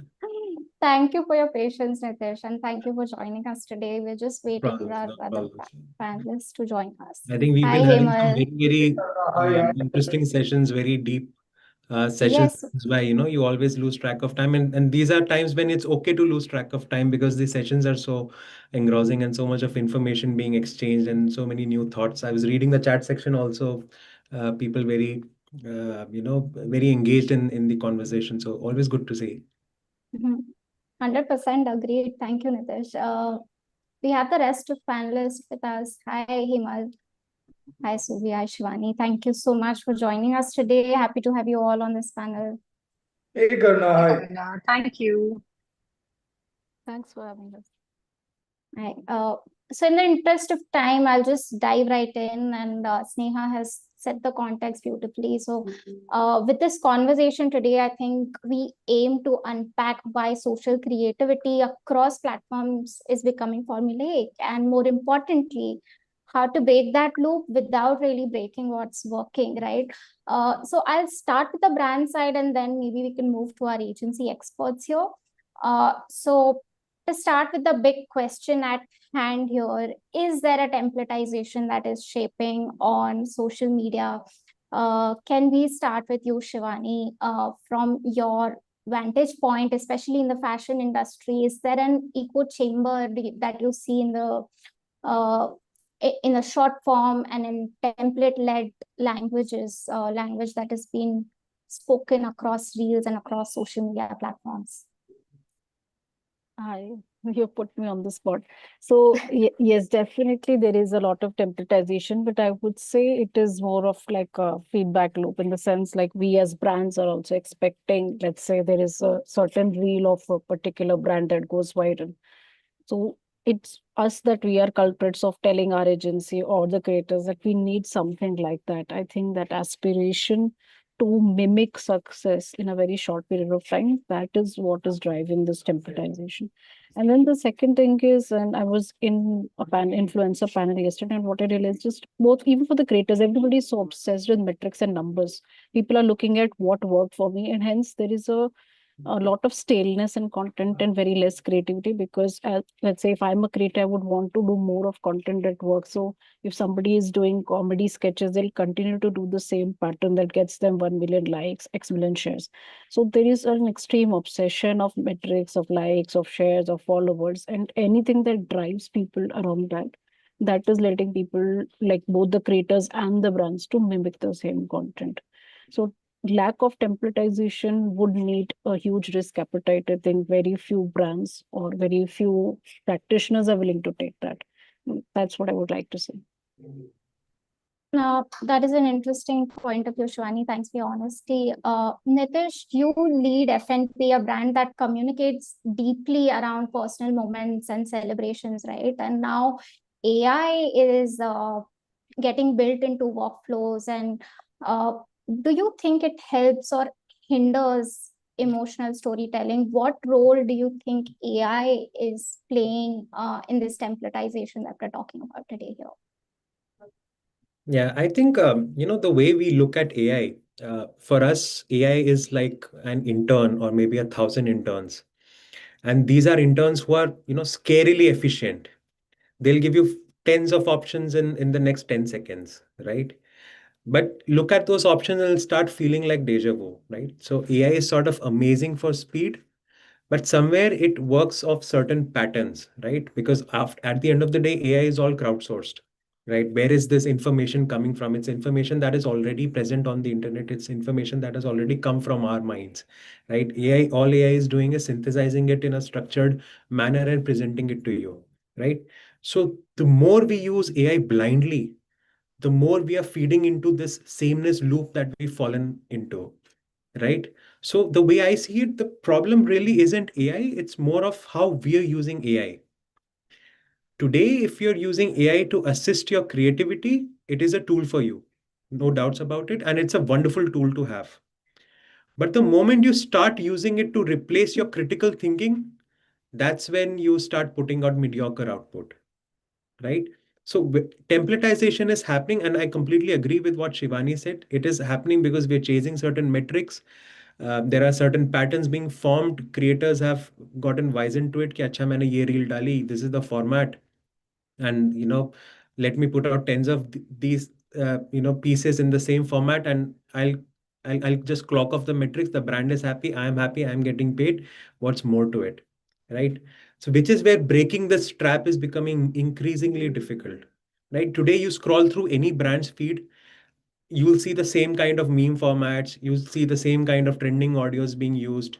एक brand start करता है, which is one of the more creative brands, and then the rest 50 follow, right? So you'll have the same relatable reels, right? Everybody, brands who are into long form writing, they'll feel like all of them are writing for Humans of Bombay. Brands who have adopted a quirky sort of a brand tonality, they'll try to be a Zomato, they'll try to be a Zepto. In our category also, which is gifting, we've seen so many so much of templatized stuff, what to gift your XYZ on an XYZ occasion, it's the same content being, rehashed and repurposed again and again, and AI is just strengthening your, sort of attempt to do it.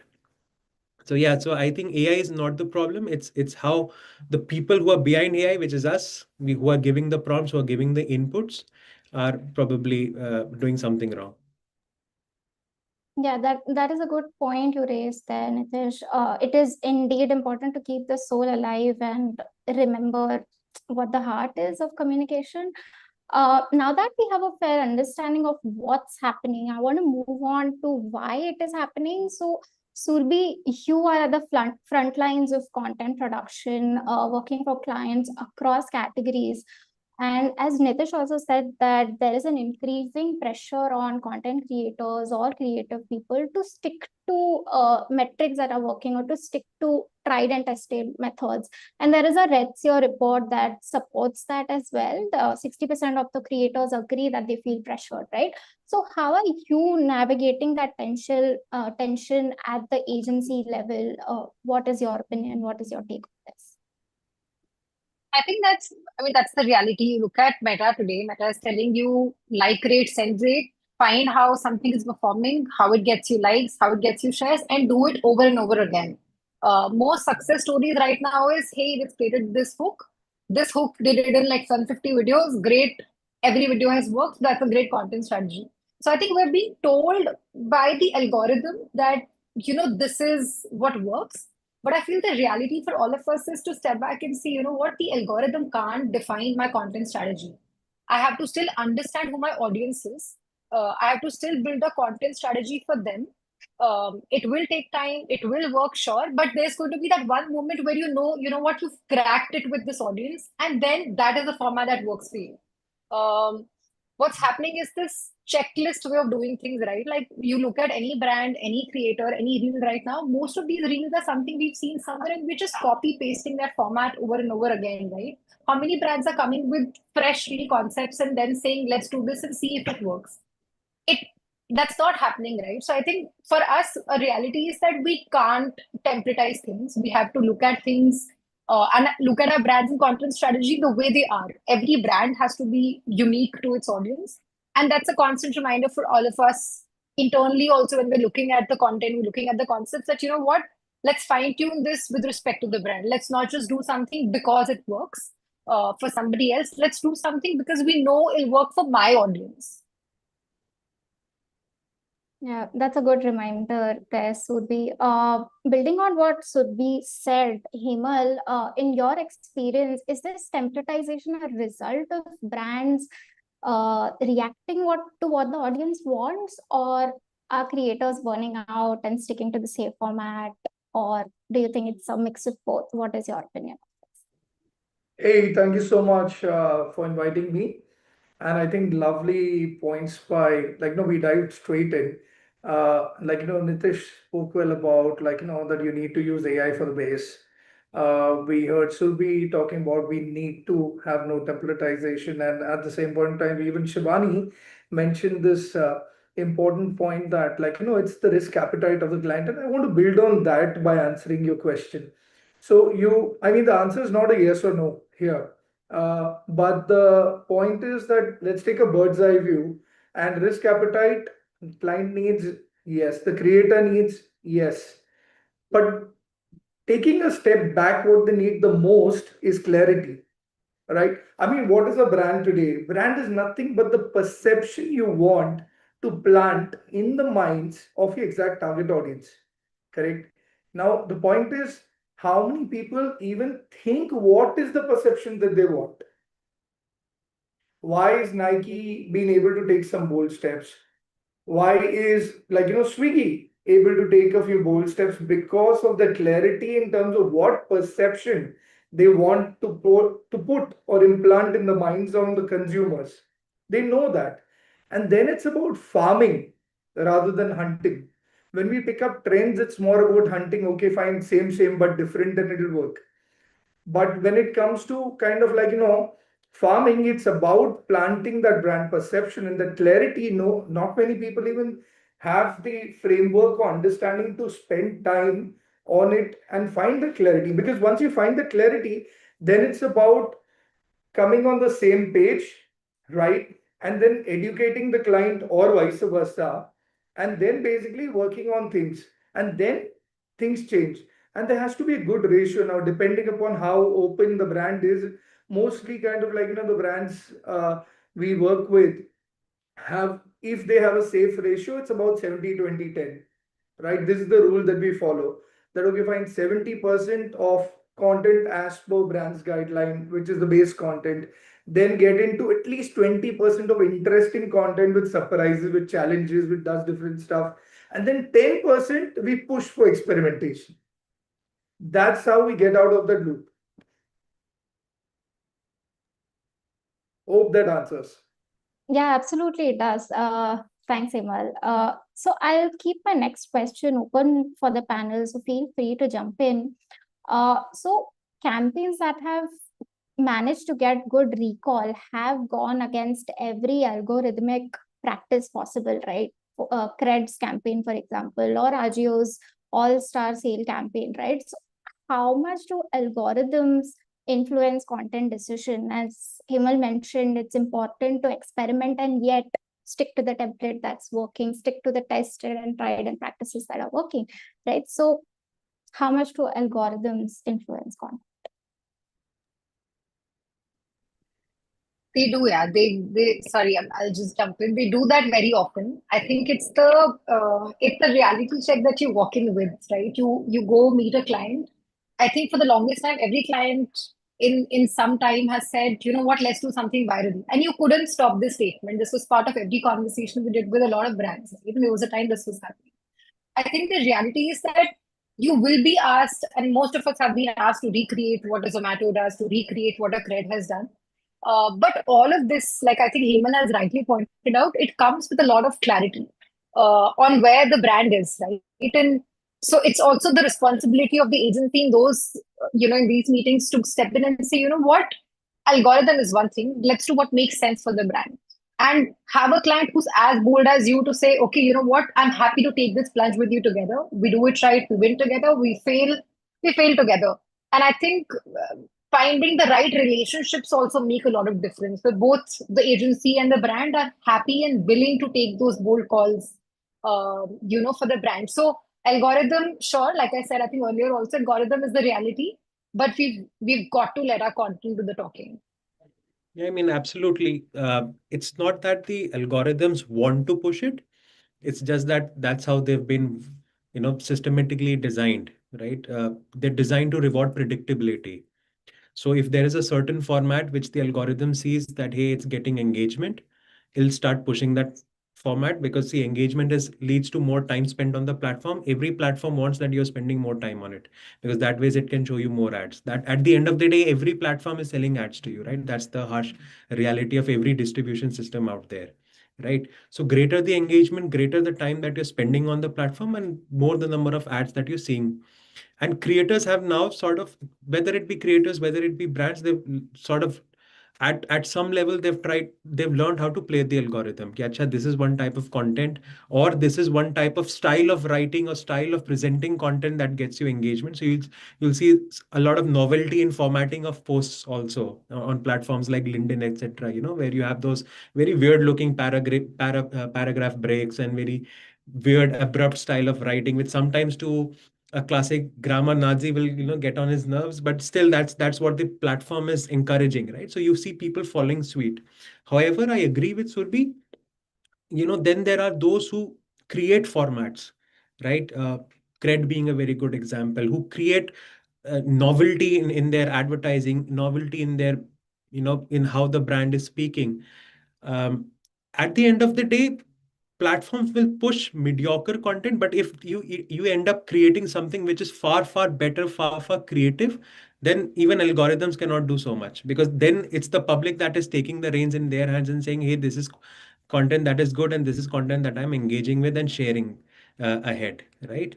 So if you're depending on the algorithms to push out your content, then I'd say mediocre content is more than enough. But if you really want to push the envelope, then you really have to put your creative hats on and do more than what you're currently doing. I think that's the way of breaking that sort of trap of depending on algorithms.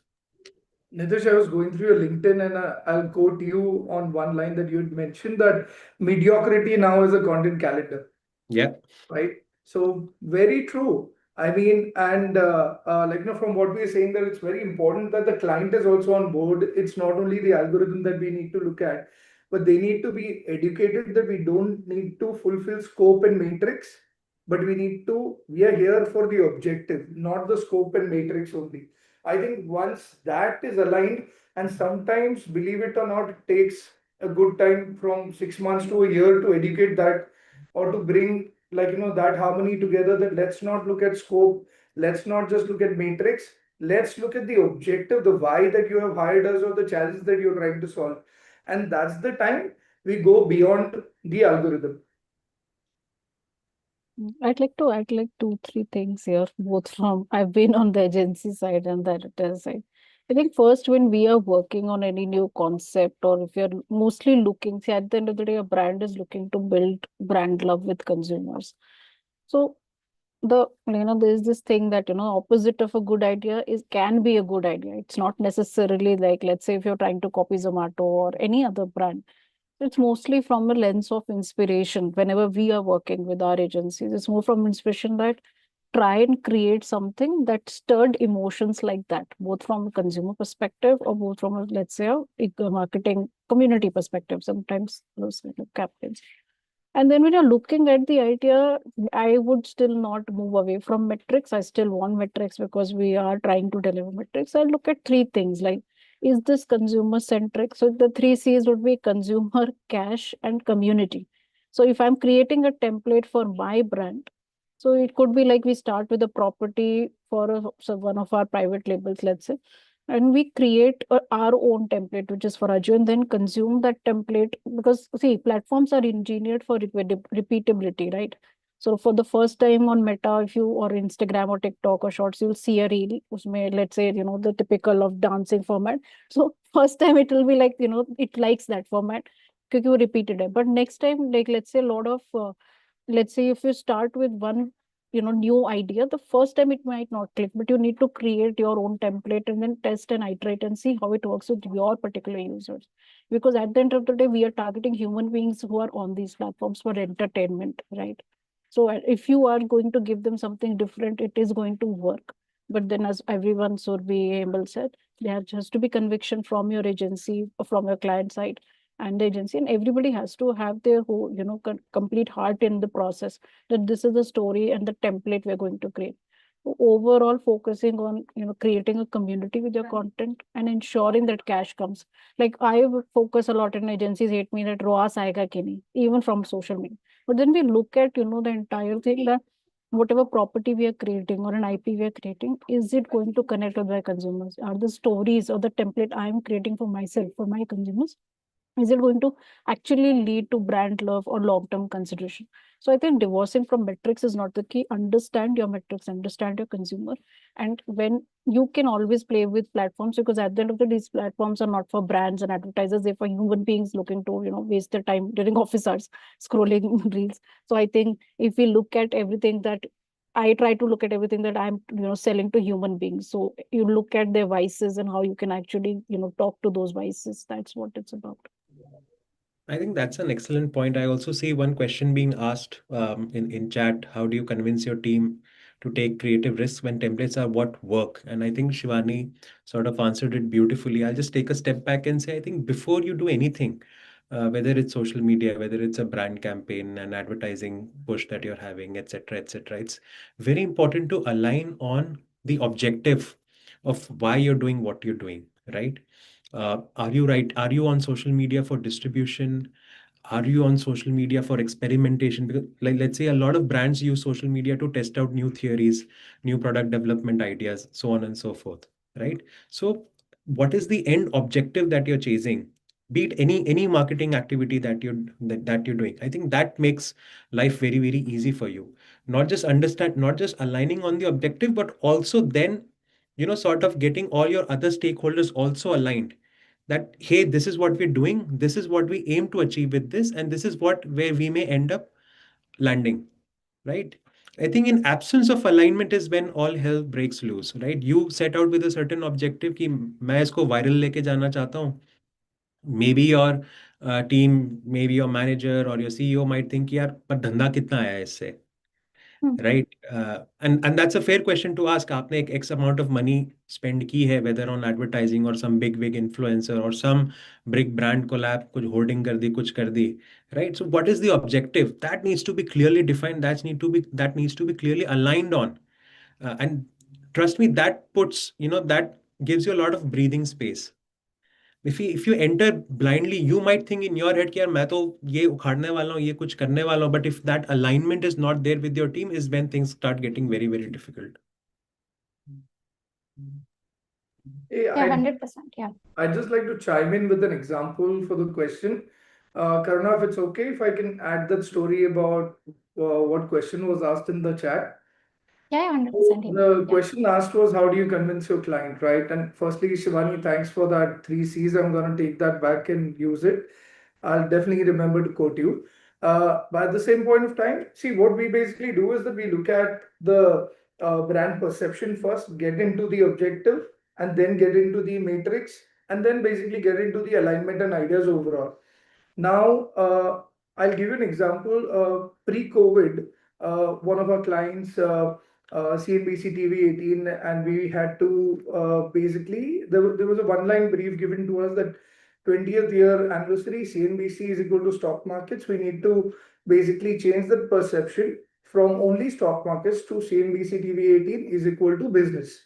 Also because they had some lovely shows like Young Turks, etc. And also the target audience needed to be like much more younger. Also, we needed to bring in much more younger target audience. So this was the one-line brief.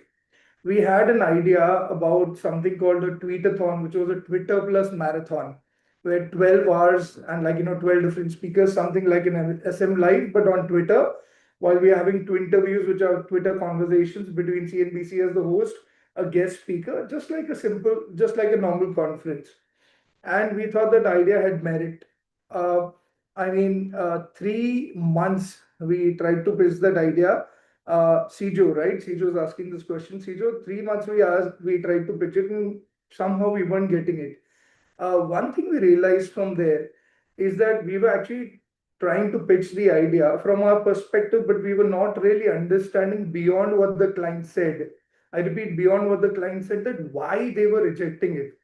We went and asked them, and I myself went, I sat with the marketing head and said, what is the reason? And she basically said that, okay, you know what? Apparently, I don't think so. We have the budget to get these 10 to 12 celebrities who would come part of this whole thing. It'll be too expensive. I said, why not we speak to the editors and they can help us? But, then there is barter involved there. Okay, we said, then what to do? We said, okay, just give us a few hours. We went outside, me and the team went out to the canteen outside. And first call I made was to Twitter, said, this is an idea. If we are able to pull it off, nobody's done this before. A 10-hour unconference of business, a tweetathon, 12 hours continuously.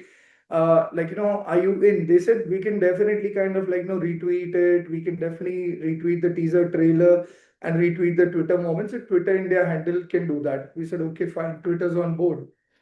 We understood one thing, that the problem overall, the client's problem wasn't not to do the idea, but they didn't know how to do this idea within the budget and within the resources and limitations that they had. So then we basically made a call to a couple of our clients. We said, see, this is the thing. Principally, Twitter is on board also. And this is going to be one of the first business unconferences in India ever. First time a tweetathon on business like this is going to happen. Are you in? You just have to be a part of a twin interview. You can be in Switzerland, sleeping in your bedroom, answering the tweets. That's about it. No makeup, nothing necessary. Right. And they said, fine, principally, okay. We got two of our clients, two of the creators who had at least 2 million followers plus on board principally in agreement. We went back to the client. We said, we understood that packaging overall was an issue in terms of how to communicate and managing it within the resources. And we basically brought in those 2 hours Twitter's association and those two creators on board and brought them the messaging in terms of how to approach them, how to create that FOMO, how to speak on WhatsApp. And believe it or not, we had from Milind Suman to Malini Agarwal to Vikas Khanna to an Amish Tripathi to a Bhuvan Bam. So the top guys talking about business, zero cost. They were putting out 15 to 20 tweets in terms of a Q&A, completely no cost at all, and we reached 525 billion impressions out of that. And 3 months this campaign was rejected. So yeah, all it takes is understanding the client's point of view and their limitations, and then helping with them genuinely. 100% Hemal. Do you feel in all of this, amid all of this, we are losing the focus on the long-term goals in chasing short-term gratification? Do you feel we are losing focus on long-term goals? Nitish, can we start with you, please? Are we losing sight of long-term goals? Everything should add up to your long-term goal. I'd say short-term goals, I'd probably define them as vanity metrics, right? Short-term goal in the realm of social media might be some numbers that you get from the platforms, which is your impression, which is your reach, which is your engagement. But long-term, as I think one of you said right now, that what is it that you want to achieve at the end of the day? Are you looking to position your brand in a certain manner? Are you looking to launch something? Are you able to strengthen what is already launched? I think the CNN example, CNBC example is an excellent one. It's all you've always associated it with the stock market, but now they wanted a position shift, which is from stock markets to business. So how do you go about it? And I'm sure Hemal will agree that it's never a one activity job. It requires consistent efforts, right? Yes, that Twitter activity would have been a great start, but I'm sure they would have done a lot more beyond that, post that, to continue hammering in that new positioning for themselves. So I think, at the end of the day, every person is looking at the long-term goal only, right? Short-term goals are more like milestones that are on your path to achieving that ultimate sort of goal. So it's okay to chase short-term goals, but never losing sight of what is your ultimate destination. Absolutely. And Hemal also pointed this out earlier, that it is important to keep sight to understand what your client is expecting out of you, to have your fundamentals right. So I want to understand, how do you encourage risk-taking in a world that encourages repetition, right? So can we hear from you on this one? I think it's an interesting one. I think the last year we saw a lot of campaigns where people died and kind of came back from the dead. And I think more and more brands and agencies, I think alike, are feeling scared about the fact that, we don't want to be cancelled. Which, do we have the risk appetite as an agency? Do we have the risk appetite as a brand? Has become like an interesting question to start when you start working on an idea, right? So I understand the worry and I understand the fear that I think a lot of creative folks are coming from. But the reality also is that now we're in a space where if we don't do something about the way we're looking at our brand, if we are not doing the next interesting idea when it comes to engaging my audience, that space is also very risky, right? I can't be in a space where I just play it safe and expect the audience to, I don't know, connect with me further. So I think it is the reality that you have to know your guardrails, but how do you play around those guardrails is very important. And like I said, I think everybody's summed it up beautifully, that knowing what your client is expecting, right? Aligning expectations prior is very important. Knowing risk-taking ability is very important. You're trying to sell an idea which is probably way out of their comfort zone, is something you will have to ease them into it. You can't go throw a big idea and expect them to take it. You'll only get, disappointed in that process. You have to slowly build onto it, show them smaller successes, and then eventually, obviously, have a bigger one in your kitty. Shivani, do you agree with that? Can you tell us the client side of it? Can you tell us how the clients can encourage risk taking? See, as clients, I would say more than anything, like I'll go back to always this thing. I come from very customer obsessed mindset. We are to build content for customers and for outcomes that deliver for customers. When people get obsessed with, and I know it's not the right space to say, but when people get obsessed with that, I need to do a campaign that goes viral on LinkedIn. As a marketer, I think that's when you're really focused on short term. You really need to always prioritize that what is the customer wanting. And very much agreeing with Surbi, like there is no monologue kind of life anymore. Customers want to be, not just want to be, they expect to be involved. So whether you are, let's say, iterating a D2C brand, they expect to be involved in part of the process, like what kind of ingredients will be there, what will not be there, or whether you are building a fashion line, the customers are expecting to contribute to what should actually be involved, what styles should be there. So having, I think, speaking to your customers and making it so much more unfiltered and easy for them to, become part of the process, recruiting them as part of your actual team, in a very subtle way. I think that is the way to go. And let's say never trade off your short term for your long term for short term. That is the Uber thing. So something that we also do in our company and in my previous roles is that ensuring that you have a certain set of ethos and outcomes you're constantly looking for, and ensure everything falls into the same outcome. And then create IPs or create programs around a long term. Don't just do something just because it's cool or something the brand has done and you want it to be part of your resume, part of what you do. It really has to deliver for the customer. So that's what I would say. Overall, every brand has a gravity and a density. This is something people don't really focus on. The love of audience builds the density and how seriously you take the content. I mean, even if it's a fun content, you are actually taking it, mapping to the values that will deliver for brand gravity. So these are the things I think that we should focus on. I sort of completely agree here, and I was sort of thinking on the same line. I feel not every brand needs to even take a risk, right? Not every brand is meant to shock, meant to disrupt, or is even meant to win a Cannes, right? Let's say a recent example, right? What definitely is needed is clarity, right, about who you are as a brand, and clarity about who you're not, right? So I think risks make sense only when they align with your brand's voice and the brand's ambition. Like Shivani pointed out, what is the ultimate objective, right? So maybe for some, the riskiest thing or the boldest thing to do is simply stay quiet. You need not participate in every trend. You need not participate in every fad or any whatever the talk of the town is at that point in time. If it does not align with your brand personality, voice, or ambition, don't do it, right? If it does, then be consistent at it, right? So I would say instead of chasing risks, push for sharpness, push for a point of view, push for a single tone of voice, push for a single brand truth, and start owning it.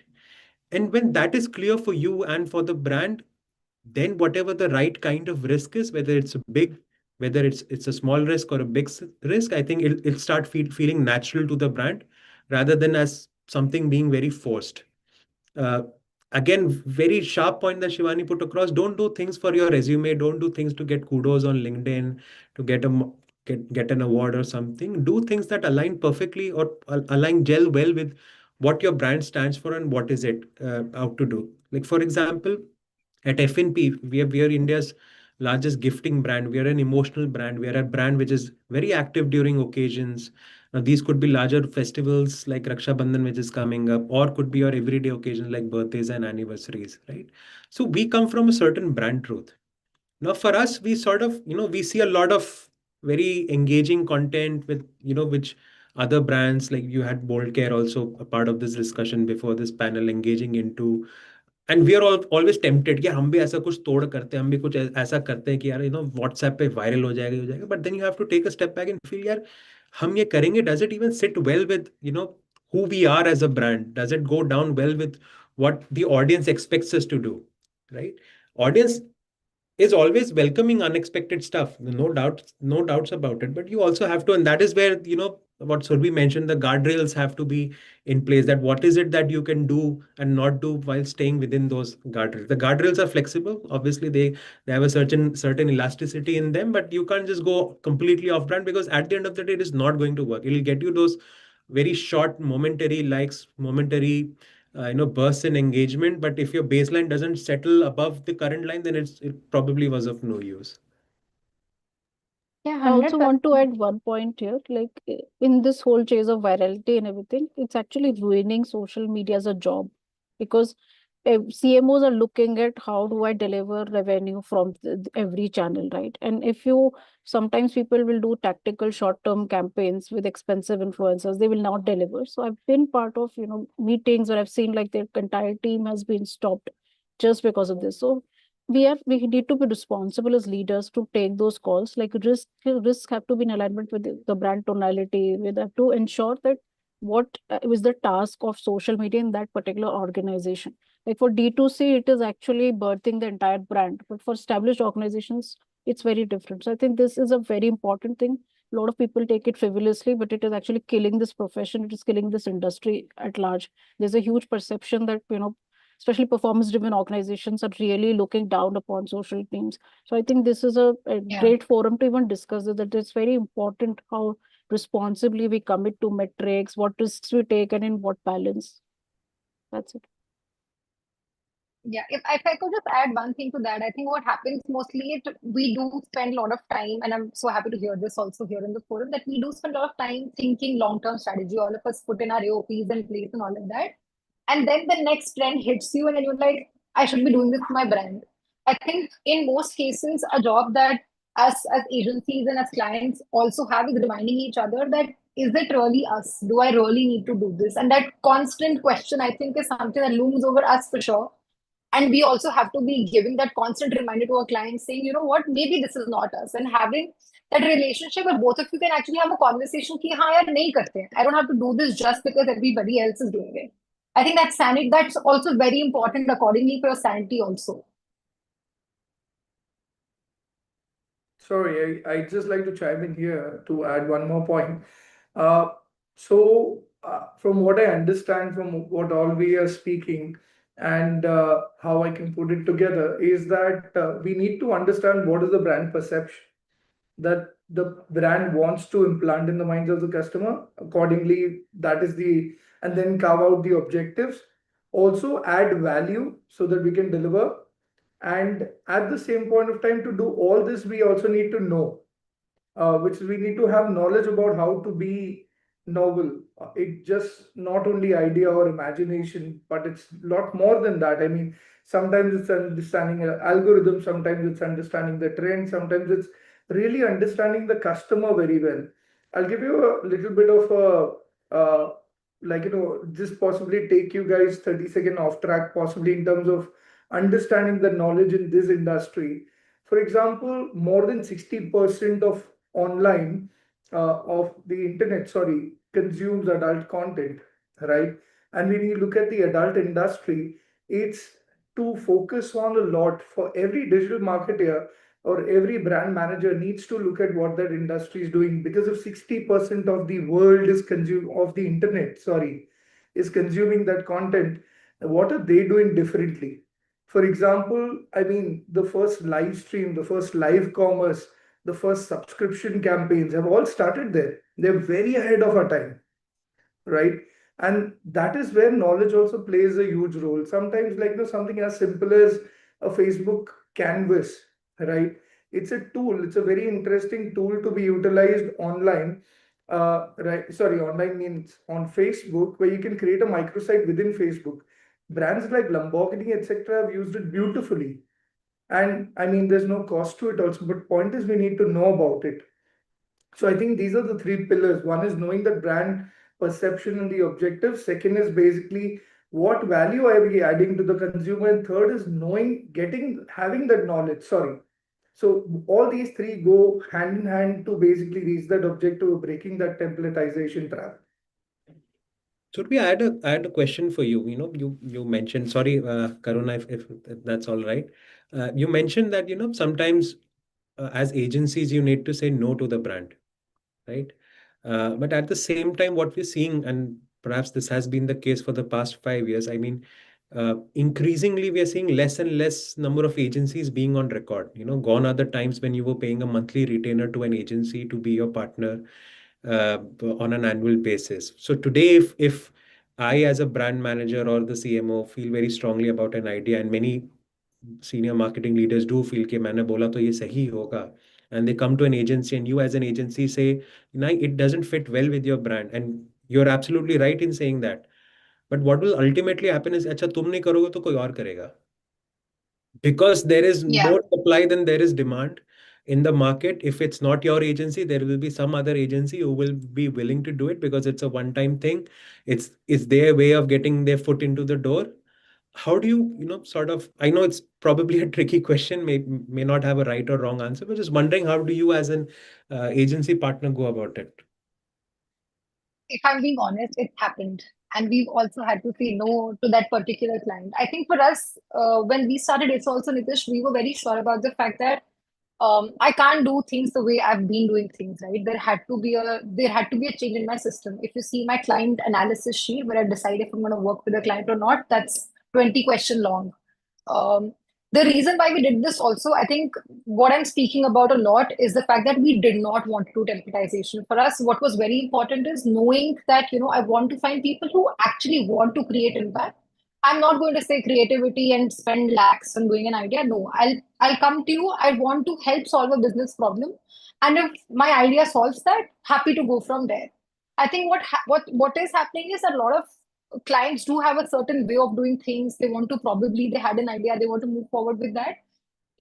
Deep down, I will know if it's going to work. If it's not going to work, it might be a great film for me and I'll do production, but maybe it'll not get me metrics, right? You do have that feeling in most cases. I think for us, responsibility is to be honest that, what, if you want us to do it, this is probably where I have apprehensions. I might think it's not going to work from business lens or XYZ. And we're also comfortable sometimes in saying no, that, what, maybe this is not how I align as an agency. And that's not what I want to do, probably as my metrics. And I think those are hard calls that we've had to take.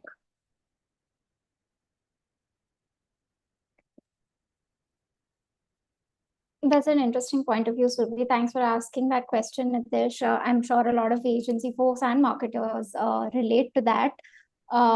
So in interest of time, I'm going to ask my last question. So this is for the agency experts here, Hemal and Surabhi.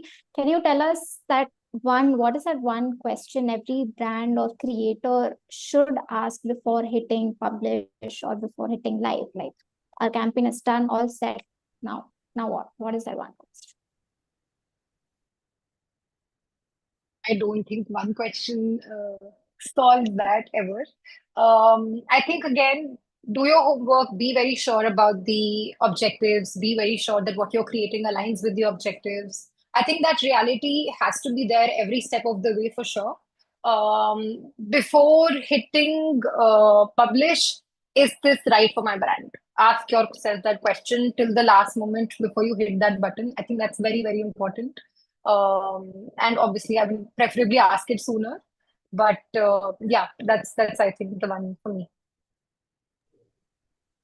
So, I mean, pretty much the same, but at the same point of time, I mean, would question about what is the brand perception and get clarity about the objectives being the core a long time back. Before, I mean, hitting the budget button comes pretty late. And even while we are hitting the button, I mean, what purpose is this solving for the brand? And at the same point of time, what value are we adding? Because at the end, it's called social media, right? It's a media, it's for distribution, but at the same point of time, it's social.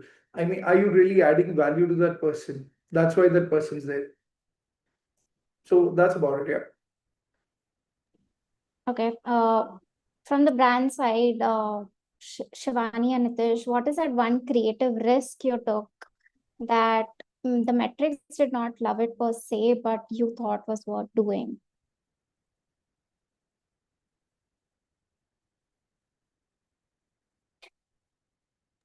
To be honest, we haven't taken much risks of late. Like we've done, so we recently did an interview kind of format when we launched Varun Dhawan. So we did more of like an interview format where Shraddha Kapoor interviews Varun Dhawan, and that's how we launch him.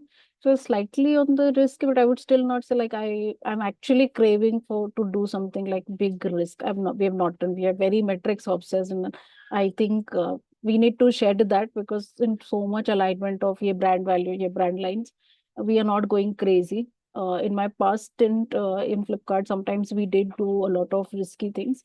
But I think when you're part of much larger organizations, sometimes your creativity is stifled. And I think agency partners can relate to this because usually we are, they share such lovely ideas. But most of the times, whether it's a legal consideration or something else. So I think we're yet to do something. I would say there's a lot more. We recently did something where I think I loved it. It was a simple social media carousel post series where we had like duplicates, like doppelgangers of famous celebrities who were actually showing that you could actually get better things at similar prices. It was a very simple message conveyed. It was very tactical, not a long term thing. So yeah, that's about it. I mean, I'm glad that Shivani answered it for the both of us. We haven't taken many risks for quite some time, and I think that also comes because of the experience that we've gained over the years of you sort of develop an intuition of whether the risk that you're going to take is actually going to pay off, or if it's going to pay off to what extent, right? So you sort of develop those skills over time that sort of make you risk averse also at that. But would love to be presented with an opportunity where you can probably take a crazy risk, but I'm sure that when I am at that stage, I'll probably say no to it. Again, something that you learn over a period of time. Did take risks a lot in my earlier years. Fortunately, they paid off, so wouldn't have an example which was it didn't pay off. But yeah, but that shouldn't stop you from taking risks. I think creativity comes from a certain risk factor at the end of the day. There's no excitement if there's no risk involved. So yeah, I think to all listening and reading about it, don't let anything stop you from taking risks, but always do consult and speak to people around you. Many a times we operate with a certain tunnel vision. घोड़े की Yeah. सीध में हम देखते हैं कि बस यही करना है मतलब हमें करना है, हम ये फोर्ड सेलिब्रिटी लेके आएंगे और इससे कुछ ऊट पटांग का करवाएंगे और वायरल जाएंगे. So you lose sight of other advisors, other people who might be counseling you otherwise, or who might be trying to help you in fine-tuning your idea and fine-tuning your approach or your execution plan. So even when you're taking risks, do take into account other opinions. Follow your passion, follow your the agenda that you have, but take into account other people's opinions. I think that also goes a long way in making anything successful for you. 100% Nitish. Thanks so much, everyone on the panel, for such an honest conversation and layered conversation. I would say that's our time for today. And we have a couple of questions in the chat box. If you could stick around and answer a couple of them if time permits, please do so. And as our panelists pointed out very clearly today, that templatization trap is real. Mediocrity is a quarterly calendar, as Nitish said, but the only way out of it is to put your trust back into your brand voice and on your long-term goals. Lead with clarity. Clarity is important, and trust your instinct over the formats that are trending. Thank you so much again for joining us. Over to you, Sneha. Thank you so much to our panelists for this insightful conversation, and thanks Karuna for guiding us through this session.